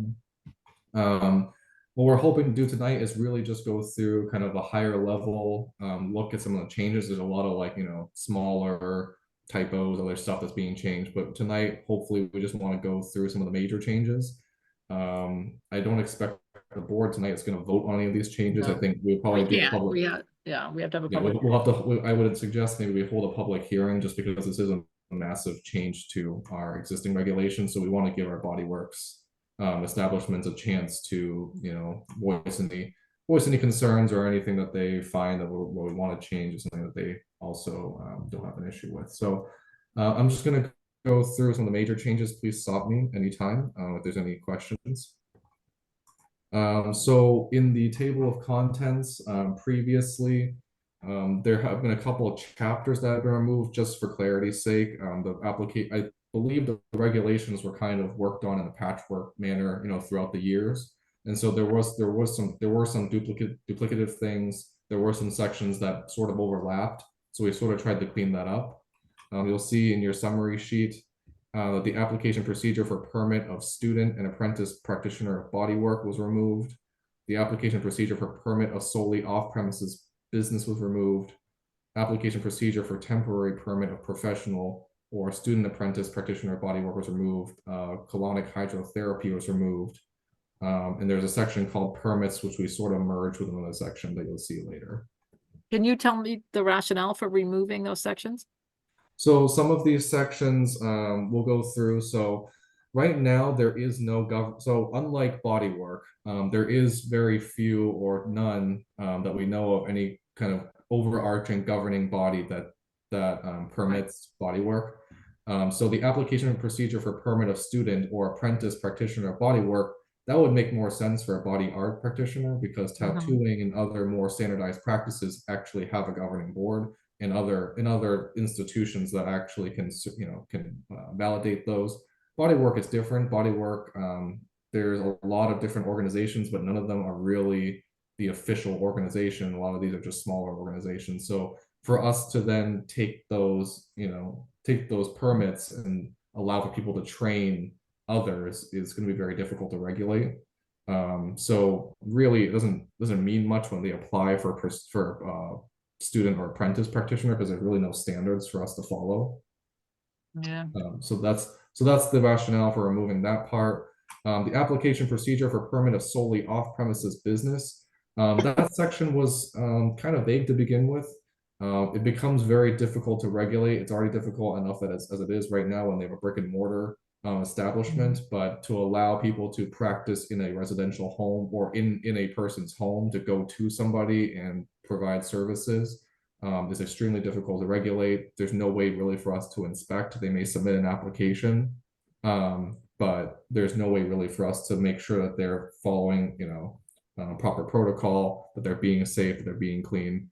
So there really is no way for us to regulate solely off-premises businesses.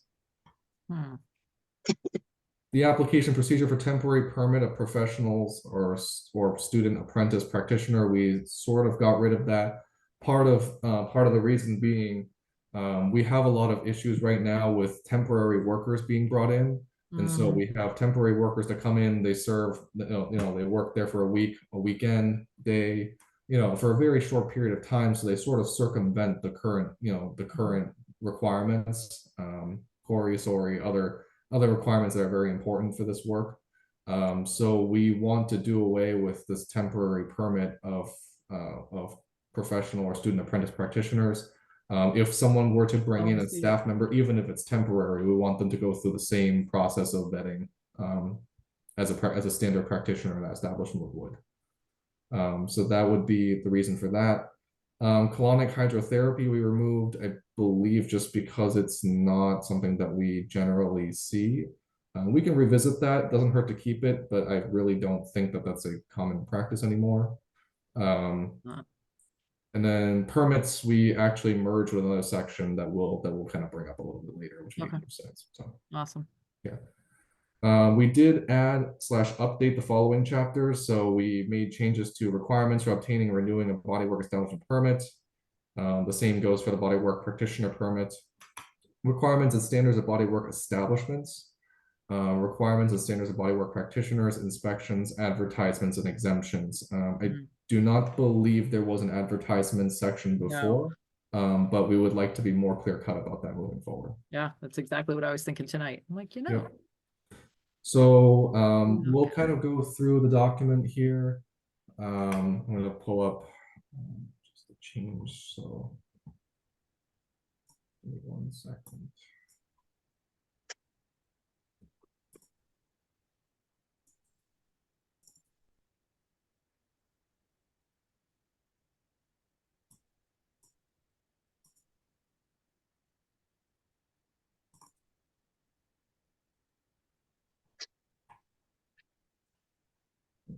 So The first change we're gonna run into is definitions. So we did add a couple extra practices here. In the original document, we did not have we did have acupressure listed, but we didn't have aromatherapy listed originally.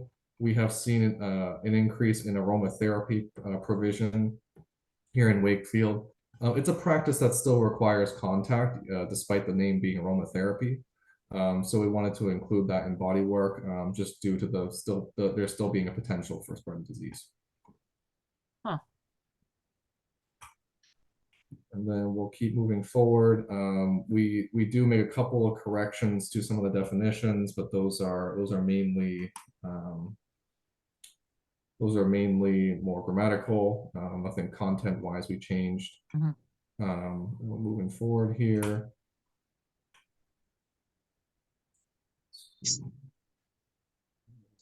Changes.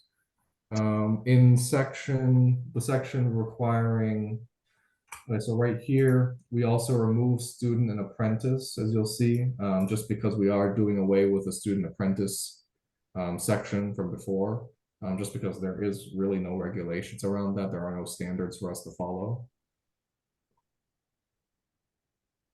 And then, let's see. That also goes from earlier. We also have a mention. So we removed all mentions of student, apprentice, practitioner. Mhm. How do people learn then? I mean, I'm not suggesting we change it, but I'm just curious. Like, is there, like at school, I guess, and that's it? There's no sort of kind of, I don't From know, my understanding, preceptorship kind of training, like on the job? I mean, coming from a nursing background, that was sort of, that's how I was trained. I just wonder how these practitioners are. Well, that is exactly what we really struggled with. So the prior workings for the policy was sort of mirror what we were familiar with. But to Anthony's point, there is no governing board for body work. You know, there may be some, you may have dug up some, you know, updated professional standards, but that, you know, in our first rendition of trying to figure out body works, it was mostly like, hey, these things are happening. They're not regulated under anything. We need to at least get in and do, you know, the bare minimum of safety and security and legality. And so to my memory, what we were really trying to figure out was, you know, if someone's going to train, we need to think about that. So Anthony, what I'm hearing you, is it true that if someone wanted to ask about a trainee, then we would have to kind of move it into a variance? correct. I think in order for that, because a variance, I guess by definition, would be moving away from an existing definition. So I think maybe the best way for us to do this would be to include a line in here that says we do not allow for student or apprentice work. In which case, then if someone brought a compelling case to us, they could ask for a variance from an existing rule, right? So if they want a variance and they want to have a trainee or an apprentice, then they would have to apply for a variance in that sense. Okay. Does that make sense? It does. I'm just, you know, what our two hearings, you know, appeals tonight, like really kind of brought to light is, you know, inherent in this work is some language challenging. And so I don't want to play getcha. I mean, what we're trying to do is a safe, you know, is the place safe? I understand what you're saying in regards to this inherent transiency, which makes us a little bit more nervous about the potential human trafficking, perhaps, or just you know, not great practices. But at the same time, I think we're sort of putting on the, if this was nursing, if this was acupuncture, if, you know, like if this was a professional standardized thing, we would have to include students. Well, like, how do they Just bracket that. I would just say bracket it. We need to think about it. How do they do it in the massage world? I mean, I feel like if I was gonna think about like the cousin to body work, it would probably be So- massage. How so do the- those, how do they do it? No, it's a good point. So the reason massage is being brought up is because massage is seen as sort of like a similar practice. The only difference is massage is a more regulated practice. Sure. There are a set of regulations. There are rules to follow. There are standards that should be met. So I think that's what makes it more likely acceptable for there to be students and apprentices for massage, because those have goals and standards that you're supposed to meet. It's the Similar to yeah. nursing, sorry, go And ahead. it's similar to tattooing. I was involved in tattoo rigs, and we did have students and apprentice, and that does cause a lot of confusion sometimes, a lot more applications, and it costs much more due diligence on the health department to be out there more to see them and make sure that that's all they're doing and they're with the instructor. And the turnover can be tremendous when you have the students, tremendous. So you're saying, Elaine, it's a good idea not to, Yeah, I think it is right now, and I think a lot of it has to do with, this is all new. This body work stuff is all new, and there's nothing wrong with that, putting what we have and taking that out right now and then adding it maybe in a couple of years. If we see so many requests, then we can look into it again. That's what we had done with our tattooing. We had finally got a lot, and when we did the regs, we put that in. okay. Well, I think that's a good point. I think if in a few, this is not a static document, right? Yeah. So if in a few years we see that, Reiki becomes even bigger, and there emerges a more official governing board for Reiki practices, right? Or reflexology. Reflexology is more of a more understandable. If there becomes a reflexology board that is a governing board that shows us that there's standards and there's safety practices, that sort of thing, then we may want to revisit this and say we will allow for reflexology trainees and apprentices, because we know that there's certain goals that have to be met. But Do you want to put an asterisk in for those disciplines that have a governing board? Lisi, section 1, because there is a master Reiki, there is a, Yeah, I mean, we can do a little bit more digging. From my understanding right now, there isn't, but there may be for Reiki. We can, like you said, make an exception. for yeah, I certain mean, I feel like yeah, I don't know. Never mind, I'm gonna stop making things up now. I'm just thinking about providers, so I know. Yeah. And we may have that opportunity in a public hearing. It has helped us before for people, in the practice to come in, because they actually do invite more regulation, because for those who are practicing inbounds, it's better for them. It's better for their business to have, to be able to prove that or demonstrate that they're following a standard. So I don't have to tell you about that. I would just put it, just block it. Okay, so we'll make That's it. We'll make a I'm note of that. saying you're either fully licensed to do this or you're not doing it. Like, is that what I'm hearing? There's no middle ground for now. Like, And it's not licensed, it's permitted. excuse me. It's just important. So you're in or you're out. Yeah. Okay. Okay. Okay. Sorry, move on. Okay, so another major inclusion now, which is actually something that the state inspectors brought up when they came. There needs to be a requirement for a proof of liability insurance, coverage level of at least $1 million, as well as workers' comp.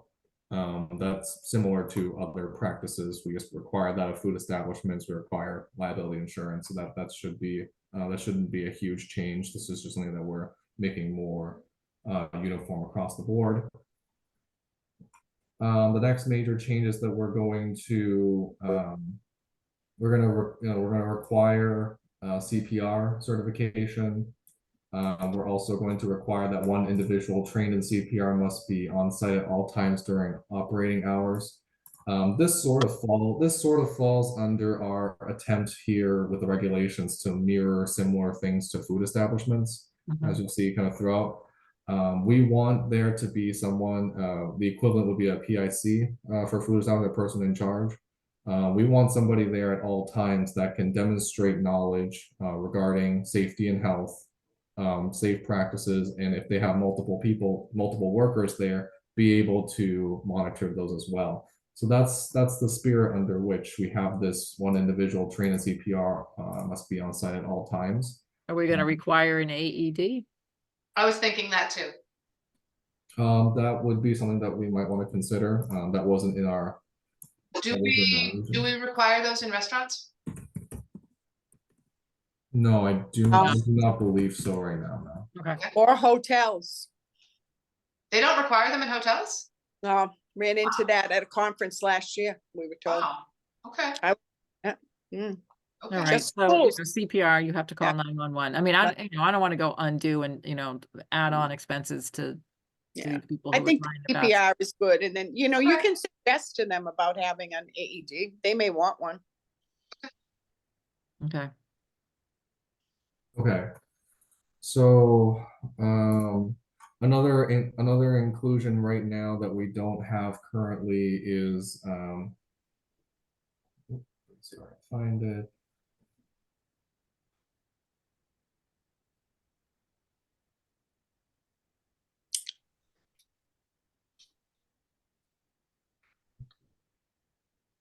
We're moving through this quick. We won't be here all night. Let's see. what, Okay, so here it is. So applicants shall obtain a healthcare provider's letter dated no earlier than 6 months prior. So that already exists in the regulation as it is. What we're trying to add right now is, in addition, the examination report shall include whether a TB screening is indicated, and if indicated, a written negative result. We've been seeing an increase in TB locally. This is not just a local problem. This is we're seeing an increase across the country. So we're looking to require a negative TB result. I don't, in this current access to primary care, I don't think 6 months is reasonable. I think 12 months is reasonable. An insurer won't pay for anything that's, You don't need a primary care visit. You could, like, if somebody called me and said, hey, I need a TB test, it's a quantiferon gold, it's a blood Yeah. test. right. Yeah. No, but what I'm saying is that the applicant has a physical examination and to the best of their knowledge is up to date with, you're the one in primary care, Candace, but I feel like people are getting pretty unhopeful. And my patients are having difficulty accessing their care. It is true, and if you have to, I just ran into that. I had to postpone my physical, and I have to wait 5 months before I can Yeah. get an appointment. But you can get your TB test done at local, like CVS's and stuff. I did it recently myself. Or you could just call So- your PCP and they can place an Yeah. order to your own Most lab. of them will do that, so Yeah. probably put the I physical. I part to wonder the- if you need to separate the TB because TB could be done elsewhere. I don't know. I'm just So Laura, reflecting practices of how people actually access their healthcare these days. So just Yeah. to clarify, Laura, you're asking us maybe if we can separate maybe 6 months. So you want to say like 12 months prior for the physical, Yeah. and then maybe just 6 months with a TB. Yeah. Okay. It should be the same for simplicity. I think it should be Yeah. a negative TB and physical within the last 12 months. Industry Within the last industry 12. standard for employee health is 12 months. You do a screen once a year. That's the industry standard. Yeah, I think 12 is reasonable. 12 for both then. Yeah. 12 months for physical. Sorry. And I will say, just as an aside, in my office, if someone needs a physical exam specifically for paperwork, we will see them sooner. Most will, yeah, Yeah. most, Yeah, I mean, if it's just your annual routine, yeah, you might have to wait. But if there's some impetus, like it involves a job, or sometimes we have people that want to foster, and it's a holdup. If something's waiting on this, we do see people sooner. Okay.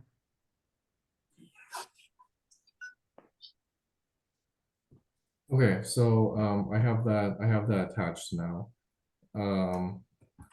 just a point of clarification here, number 7 on your packets, this would be file an application for renewal not less than 30 days prior to the expiration of the permit.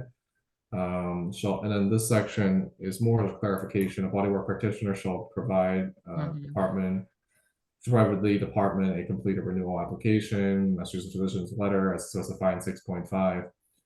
A new Corey acknowledgement form, annual license. I believe Corey, unless I'm mistaken, I think we should probably include Corey and Sorry acknowledgement form, unless that's not required. Every year? It looks like, yes, it looks like for each renewal. Each Okay. renewal? So first of all, healthcare provider. Does it have to be physician? You have 2 nurse practitioners on your board. You can write, it's either physician, nurse practitioner, or physician's assistant who is legal in Massachusetts to make such a statement. So, unless you clarify physician elsewhere in the text saying physician to include mid-level provider. You could just say provider. Yeah, I would say Provider. provider. I don't know if physician was meant to be put in there. I think it might have been. I think it was supposed to be provider. But Yeah, okay. So that's one. Corey's Corey's are only required every 2 years. Yeah. Every 2 for school personnel. I have to get one every year to go inside Woodville School. Like if I want to volunteer. Really? Yeah. And for if I want to attend a Girl Scout meeting, I have to have one every single year. Did you ever get that other one that they have the fingerprinting and everything like that? Have you done that? No, That sounds like fun.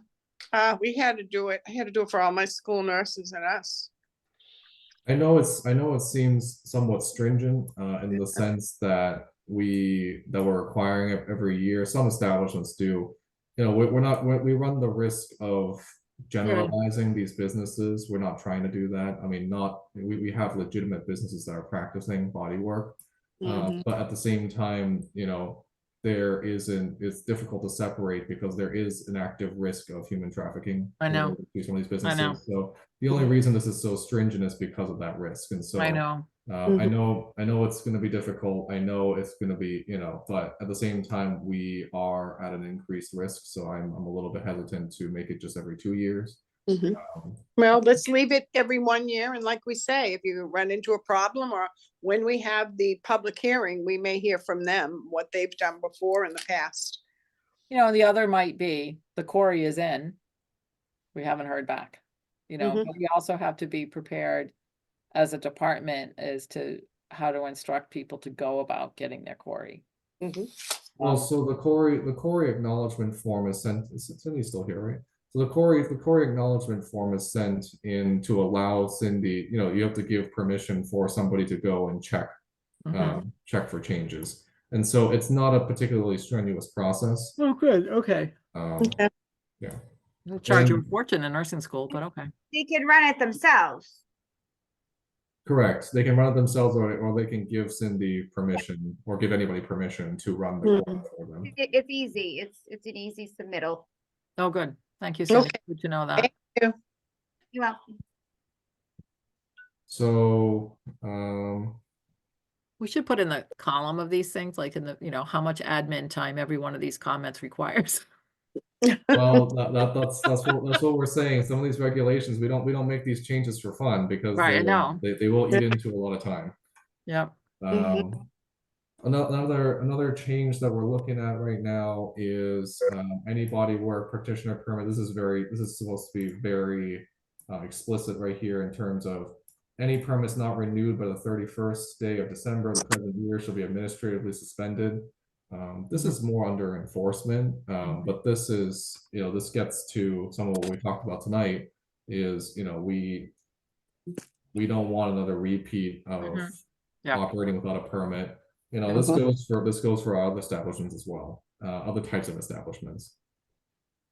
They can be reinstated with a complete renewal with a late fee. received, not renewed by expiration date shall be deemed a retired permit and may only be reinstated upon approval of completed license for a new license. So this is the process.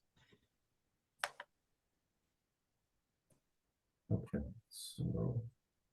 And then this right here, so we talked about earlier, we got rid of that section in terms of operating off premises. So we said at no time shall a body work practitioner conduct or run a business from a residence, condominium, hotel. So basically anywhere that's not their storefront, we don't want them to be operating.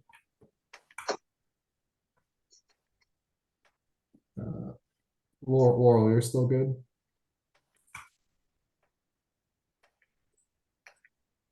No, we might have lost Laurel. No, I was just getting water. I'm listening. Oh, sorry. Okay. Oh, good. Okay, you're still here. Okay. So, the next set of changes are specifically, let me just make sure I'm getting this right. Took myself off camera.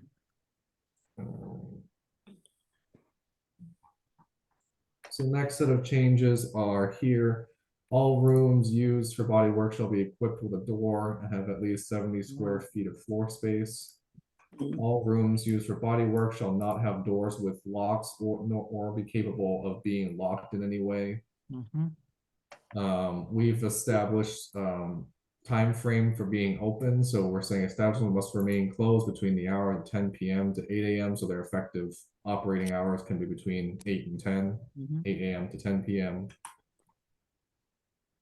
Establishment shall maintain a written record of all services that include the date, the name of the client, the bodywork practitioner providing the service provided, and the charges imposed in adherence to standard business practices. These business records should be kept for at least 3 years. This is meant to keep track of services that are being provided. In the case of a communicable disease outbreak, we want to make sure these establishments have records. And because we still require every bodywork practitioner in every establishment to get a permit, they will be assigned a number based on their practitioner application. They will have to provide that number and that identification, so to identify that they were the ones to provide that service. And so that will help us with further investigations for communicable diseases if that ever happens. Yep. No room or section of an establishment shall be used as a bedroom for sleeping purposes or as a domicile. This is generally covered. This is generally covered under the zoning requirements, because zoning does take care of use. But because this has been an issue in the past, we have explicitly stated that here. Yeah. This is not meant to supersede any of the existing regulations in zoning, but this just is meant to further highlight that. Every waiting room must be lit with a combination of natural and artificial lights. Blackout curtains, other light prohibitive shades or window sprays are prohibited. So this is so the waiting room. So the blackout curtains and the prohibitive shades or any kind of obstruction of the window, that is being prohibited right in this regulation. This is actually a safety issue. We want to make sure that if they're in an event of an issue, public safety can actually assess the situation before they have to go in. This should take care of the issue right now where we have establishments that are completely closed off. We don't know what's going on. So. Are we expecting establishments to implement these changes as soon as we, if we were to vote and agree on these changes? Correct. So this regulation would be imposed on all existing businesses as well as all new businesses moving forward. Obviously, we'll work with the businesses. We're not going to say, oh, you didn't follow the new regulation, you're closed. We're gonna work with all the businesses, make sure that they have the adequate time. We're gonna have an interpreter with us. We're gonna make sure that all of the changes are communicated in an appropriate way, so they have a chance to meet the regulation. Every business will get a new copy of these. Correct. They will receive a copy. They'll receive individualized visits from us, just to make sure that they understand the changes that we're going through, because there are quite a few. Okay. Sorry to interrupt. Tobacco. Oh, okay.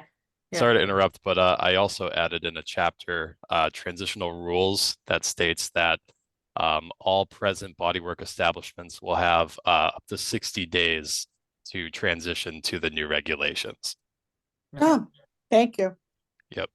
Thank you. Are our Thank you current for the reminder. establishments, do we have current establishments? I'm like trying to think of who has windows into their lobby, and I'm thinking, I can't see inside Green Spa, can you? No, we cannot. I feel like almost all of them you can't see inside. Seems like how they are. Hmm. Oh, boy. But I mean, if they're gonna be given these new guidelines and time to implement them, you know, Well, okay. Okay, so a sink with running hot and cold water, a minimum hot water temperature of 110 must be located in an easily accessible area within the permitted establishment. Sanitizing and chemicals and equipment on site must be labeled with the ingredients it contains. All furniture and equipment in each room shall be kept clean and sanitary at all times. Restrooms must be made available to customers and employees, shall be located in an easily accessible area within or near the permitted establishments. Non-disposable instruments shall be sanitized after use on each person in a manner sufficient to maintain cleanliness. No equipment or instruments shall be applied directly to the skin of a patron unless sanitized prior. Okay. Robes, towels, cloths, or other linens which come in direct contact with the bodies of patrons shall after use and before reuse be laundered in such a manner as to ensure effective sanitization.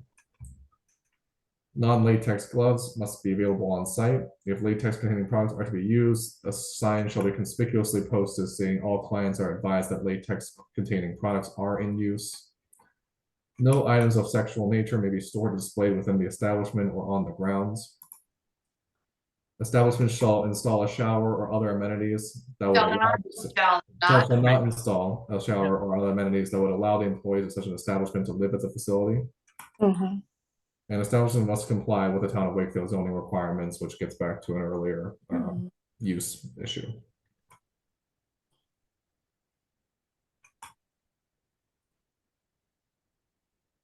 Okay, so any questions on this section that we've just gone through? nope, No. No. because we're rude and we interrupt you and we ask as we go. Is anyone writing it down? Yeah, Yep, I got some I'm notes. I'm See if we taking grab it notes all. along the way, but I would appreciate anything that you guys might have. Okay. Okay, let's going through. We did have a suggestion to remove colonic hydrotherapy. It doesn't hurt to keep it. I know, I mean, it was pointed out to me that, you know, just in case, if it's brought up again, maybe we should just keep that section. I mean, it's not common, but you know, I mean, the Well, original one, we would at least know where it lives.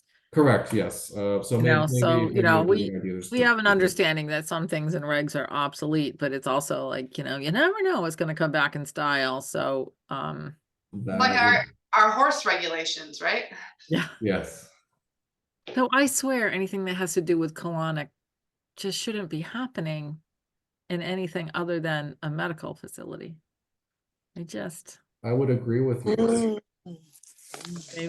We used to kill people with colonoscopy preps because we wrecked their electrolytes. I can't imagine that this, I don't know, I don't think that's really what we're discussing today, right? no, I know, but colonics in general. I mean, I think they're beyond, I don't think they're body marks. I think they're more intrusive. They're still out there though. Like if you Google it, you'll get like local places that are doing it. And did you go down the rabbit hole, Erin, and figure out where they're, you know, like who's regulating them? Yeah, most bodyworks regs just have that one sentence that says Okay. colonic hydrotherapy is prohibited. Oh, perfect. Okay. Just in case then. Okay, so Yeah. we'll keep it in there. Okay, so under inspections, that's the next section that had some changes. The establishments are subject to inspection by the department or its authorized agents during all times of operation. A minimum of 2 inspections are required over the course of each calendar year. That specifically says a minimum of 2. Mhm. That's the right that we reserve to do additional inspections that is similar to food and other types of establishments that we inspect. Sometimes we inspect more just because there is a concern that there is a risk associated. So 2 is the minimum that we will be proposing to inspect establishments. Denial of access to an agent of the department shall result in the immediate administrative revocation of the permit to operate bodywork establishment. This is similar to practice that we have for food and other permits. Establishments need to know before they open that they cannot deny access to an inspection. That is almost always that is usually not scheduled. If upon inspection conditions are found that do not comply with provisions set forth in the regulation, both the operator and any bodywork practitioner responsible for violating these regulations may be subject to enforcement pursuant to Chapter 11. Reinspection shall take place when an establishment does not pass inspection. A reinspection fee as determined by the board may be required if corrective action is not followed. Any questions before I move into advertisements? No. Can't Who wait. charged the fee for reinspection? So that would be our department. This is more so, I mean, it's like I'll make the analogy to pools. So not in Wakefield, but in other towns, we have people who will tell us they're ready for an inspection, will show up, they haven't done their due diligence. And we tell them that they can't open.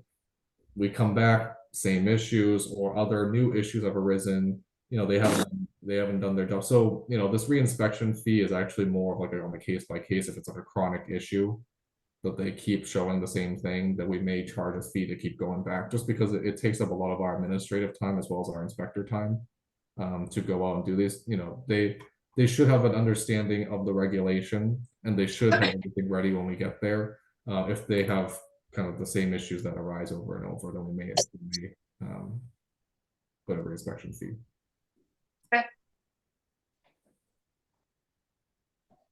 Okay, so moving on to advertisements. So establishments and therapists should be mindful of professional ethics when placing advertisements. Advertisements shall include but not be limited to offerings of newspaper, periodical, television, print media, any form of web-based marketing. We left that a little bit open-ended because we don't know, what the next social media or other medium is going to be. But advertisements that appeal to prurient interests or advertising in a manner that uses exotic, sexual, or provocative languages or pictures to promote business may be construed as a breach of proper standards of bodywork. And this was on display tonight in an earlier hearing. Anthony, is that in the originals? Anything about advertising? From what I understand, it wasn't. Dan or Aaron, we didn't have advertising. Is that correct? I don't see it right now. I just want. I mean, I would advertising. I do not believe so. I don't think we had advertising before. I would go one step further and require at least one example of planned advertisement. I mean, I just want, or just have examples of do not do this and use the examples that we just put up. But I feel like this just has to be so crystal clear. And that, if we're trying to help a legit, definitely it seems people are telling us, I'm not sure, but to take it at face value, people are like, oh, well, I asked someone to do this advertisement and this is what they came up with and they just did it. I just feel like, I guess it's part of the inspection process, but as part of the inspection checklist, it might be, give me every link to your advertisement. They don't have to, we still may miss something, but just making people understand that we're also looking at advertisement. So the only thing I'm running into a little bit of concern I might have is with the advertisements, I mean, we can talk, we can have more specifics, but at the same time, we don't want to kind of box ourselves in one with, you know, here's an example Right. you shouldn't do. Then Right, they're like, no, well, I get it. yeah, I like what's there. I think, I mean, exotic, sexual, or provocative language and or pictures.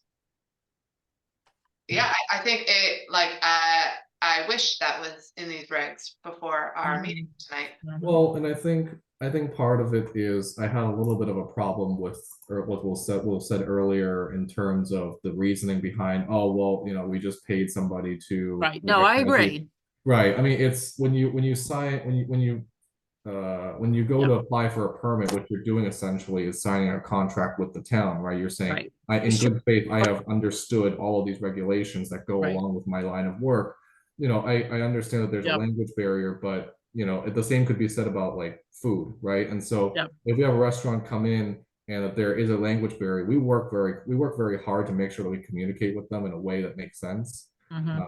But at the same time, if they struggle with that and they can't communicate safety risks to their customers, you know, whether that's in English or not, right? I think that there's a requirement because we can't always be there, right? And so they have to make arrangements for if their customers don't understand. And I think we'll get into that a little bit later here as well. Okay, It's a tricky subject because we want to be inclusive. We want to make sure that we're taking care of our businesses and not just those that are English speaking. But right, at the same time, we also run the risk of if there isn't a way for them to communicate safety and health protocols with their customers, then therein lies a gap between running a business, you know, right. here and I get what you're saying. I'm just trying, I mean, I'm really glad to even have this. This is exactly what I was thinking as we were listening tonight. right. I'm just trying to figure out whether in the application process, there should be an example, or at the very least, a link, a URL, where we can randomly check their advertisement. I don't know, I mean, So you're talking more like a requirement to tell us like what their official website is, or like, send me your website. I think, oh, I don't know. okay. I feel like it could always be changed, right? Right, no, I know, but it gives a message that we're paying attention and we're gonna look. I don't know, it's just an idea. Yeah, I actually don't have much of an issue with, I mean, if part of the application process is requiring them to put in like their official website as part of like like a required field. Yeah. That actually it's not really an issue. It's a start. Yeah, so we don't really have to go hunting and figure out, is this their website? Is this Yelp? Is this someone else? You know, I mean, it also kind of to the, you know, how did this blow up on social media, right? So we have a different, we have a different world that we're in, and we don't have time to talk about it tonight, but I know Mark was on the call. I don't know if he's still there, but you know, I think we used to depend on local newspaper to come to a meeting and report it. We have, you know, all of our meetings are recorded now. But in the case of how these establishments start getting a social media buzz to the negative, it's almost a protective factor for a legitimate owner to check in with us on their own website, you know, just saying, hey, you know, this is our URL. Well, And I mean, that way, I think that's a good idea because, you know, it's not just advertising, but any of these regulations, we're always here to answer questions. So I feel like it's on the owner, if they have questions about advertisement or anything else, they should be reaching out and saying, I'm not sure about this. Can you answer this question before they go ahead and just do something, right? So yeah, I and you guess know, what and you're we saying. we You're have right, to yeah. promote that culture. Yeah, you're right. So, okay. Okay, so that being said, we can talk more about the specific wording of that, but it's just generally like, is the first point okay? Okay, Yep. so Good. any person who is permitted in the manner described herein may not represent them or a licensed bodywork practitioner by using a title on signs, mailboxes, address, place, stationery. Wait a minute, any person. Yeah, so basically, if you're not permitted, You're don't may not- portray Gotcha. yourself as permitted. Yep. Unless all bodywork practitioners within the establishment possess individual permits to practice bodywork, any person operating bodywork establishment may not present his or her establishment as a permitted or licensed bodywork establishment. So basically, all bodywork practitioners in an establishment must be permitted. Mhm. Mhm. The use of aliases is prohibited. If the therapist or the operator wishes to use a different name, they must be used together in all advertising representations. Mm. This gets away from, this goes away from the issue. We actually had an issue with Be Your Own Light because they were represented as Signature Massage as Mhm. well in certain places. So it was really hard, to nail it all down Mm. when we tried to find that information. Okay, and then the next one would be enforcement. These regulations may be enforced by our department, Wakefield Police, Wakefield Fire, other agencies of town of Wakefield. We may grant, deny, revoke, suspend, or modify permits or variances. That stays the same. So refusal to permit an agent of department, police, or other government official to inspect the facility. Interference in our ability to perform an inspection. These are all exclusionary, so a criminal conviction, failure of the permit holder to submit appropriate documentation, failure to pay the required permit fees or assessed fines or penalties, failure to comply with the regulations by the establishment owner or operator, committing a prohibited or criminal act, keeping or submitting any misleading or false record or documents, operating a bodywork facility or practicing bodywork so as to cause a threat to public health or public safety shall cause suspension. So this section really just gives us the authority to act when we find that there are violations regarding our regulations here in practice. Okay, number 4, you just misspelled addition. It's addition, not additional. Oh, good catch. In addition, Yeah. there are a couple of things we'll have to correct along the way, some typos here and there. But we'll have a clean copy for the board at the end. Penalties, I don't believe this has changed much. Severability, transitional rules. So this is where Dan and Aaron pointed out earlier, transitional rules, there will be a 60-day effective period between enacting this regulation and enforcement of these regulations. And obviously in that time, we'll be working closely with each establishment to meet these requirements. This section right here is similar to enforcement permit or permit revocation, suspension, modification, or appeals. This is similar to our current process right now. We may suspend, revoke, or modify based on violation of rules. That person or the business may request a hearing, as they have done so tonight, within 7 days of the order. This is similar to current practices. They are allowed to be heard at the hearing. Variance, same thing, similar process to all of our other variance requests.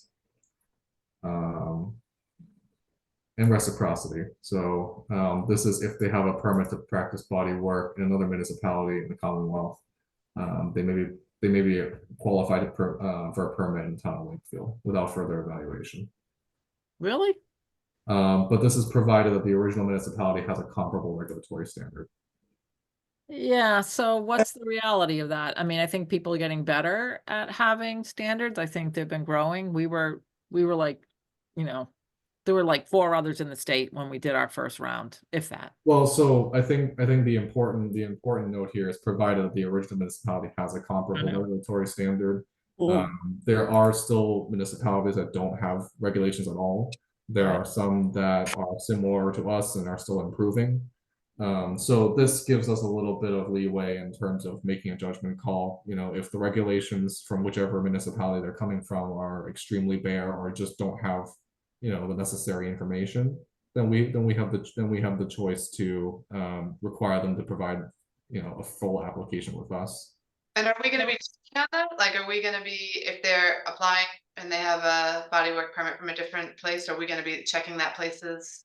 Yes, correct. I believe that's the intention, is for us to check that municipality, whatever the host municipality is, to make sure that their regulations are somewhat. Is this new, this reciprocity? Did we used to have this? No. I believe Correct me No, if I'm we wrong, did. Aaron or Dan, I don't think we had, oh, no, actually we did. We had reciprocity already. It was in the previous regs, yes. Oh, Yep. all right. That goes my memory. Is this gonna apply also to out-of-state, people coming in from maybe New York, New Hampshire, or Maine? It's just Will you accept their, I think think, it looks the same? I think the reciprocity will only apply in the Commonwealth only because the Commonwealth has, it has the specific definition of massage and body work that is not, that may not be uniform. Yeah, so for- I would oh, you already did, never Yeah. mind. You Yeah. got it. It's right there. My font's too small, make this bigger. Okay. Yeah, so that's a good question, Elaine. Yeah. No, that's appropriate. I mean, if Yeah. you, you know, I mean, Massachusetts might become a compact state for nursing, but we're not there yet. Ugh, So No, that's that's reasonable. the end of the regulation and all the Good job. changes. There were a couple suggestions throughout. I made note of a couple. Should we require AEDs? The 12 months for physical and TB change. Mm, Changing back physicians not to providers. I think that was just a mistake, but providers, not physicians. Advertisements. That section we'll take a quick look at again just to make sure the wording's correct. And then requiring the website or official media outlet or whatever media form they take to on the advertise. application. We'll put that on the application as a requirement. So they fill that out so that there is no question. You know, they can't say like that's not my website or so, you know, so on and so forth. Can you the next meeting just review the application or just send it to us for our review, or I guess we could go online and see it, but figure out if there's any difference in what, you know, the existing application and whether or not this makes the application new, like you're adding a few questions. I just think it's good to have more eyes on it to make sure you're consistent, that the application is indeed including all the boxes that need to be checked that we're filling in with this policy. Right, yeah, that would be a good idea. We can send the existing application along with all the questions that they asked already. Actually, there might already be a copy. Cindy, there's already a copy in the original packet, right? Because there's a copy of the green spot application that's incomplete. So all the questions that we asked for bodywork's Right. already in there. But we'll send a clean copy. That's fine. We'll match the application to the new regs. Correct. Yes. Oh, Right, but I just think it's helpful, and I think also, I don't know, giving someone a building permit or a business permit and then telling them to go, I just feel like that's backward. I don't know. Or the very, you know, like, because the clerk's office did not flag us. Social media flagged us. For Be Your Own Light, that's correct. We Yeah. were only flagged by social media. So, Are we inspecting all of these places twice a year now, or is that gonna be a change? Currently, I believe we're only inspecting once a year right now. Well, it's once with, you know, additional if needed. But we really wanted to shore up these regulations before we continue because, yeah. do you So think we right- have the capacity to do two? How many permits do we have right now? So currently, I had Cindy do a little research. I believe you found potentially 6 to 8 establishments total. Is that correct, Cindy? It's a lot. For body work, yes. I think Yes, so body work is about 6 to 8. I mean, we still have to go out and confirm if some of these places still exist. There might be old stuff online. so, But so those we need to figure out. Yeah, once they do the initial process, though, the inspection itself doesn't take long. Right, yeah, okay. Good to know. All right, So wow, the next step is to have a public hearing about this? that would be my suggestion because similar to tobacco, when we make, you know, big changes Yeah. to an existing regulation, we should probably give them a chance to chip in, Okay, make comments, questions. okay. So, public hearing in March or April? How long do you want to take on this?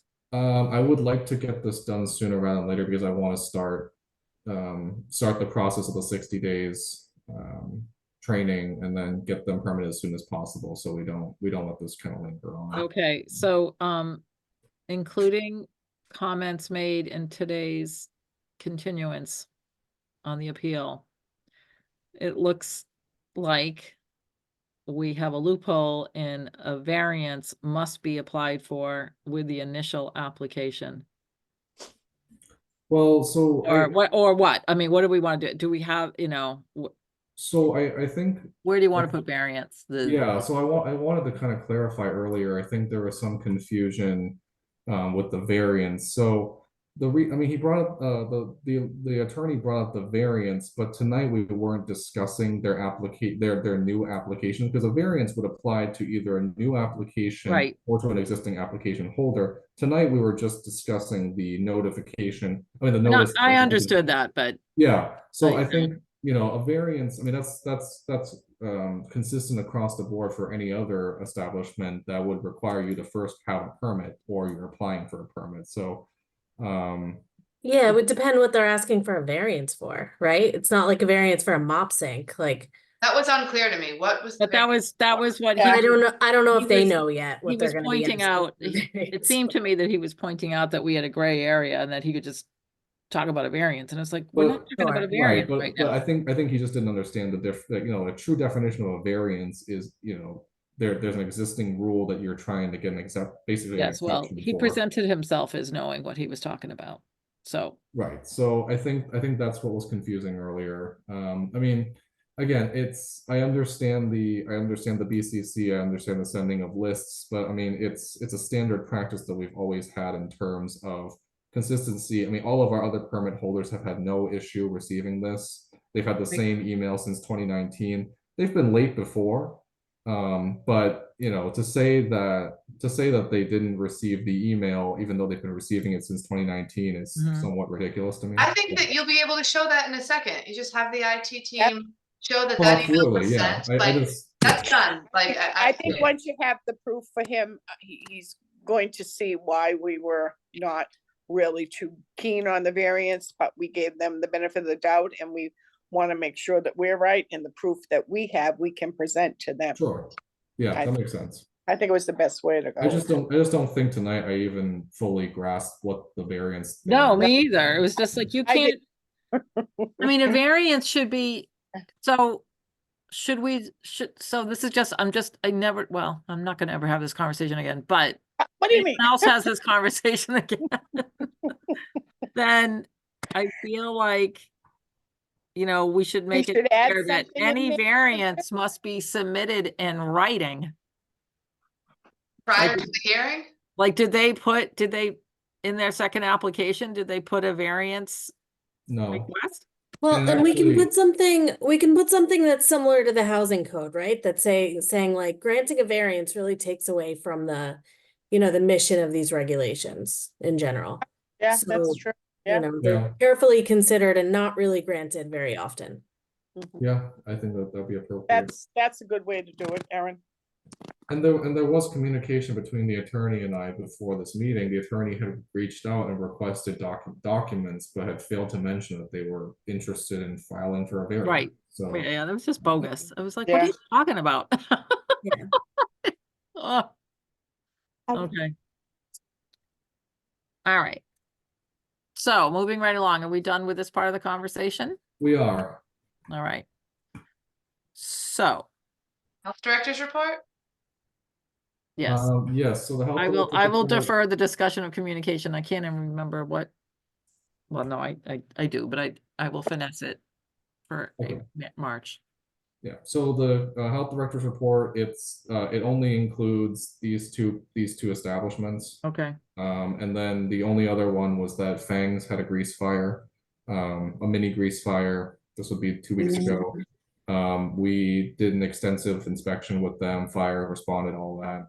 And then they reopened after the weekend. And everything's cool? Yep, all set. All right. For the record, I asked that other business not reasonable be Table. a full sentence.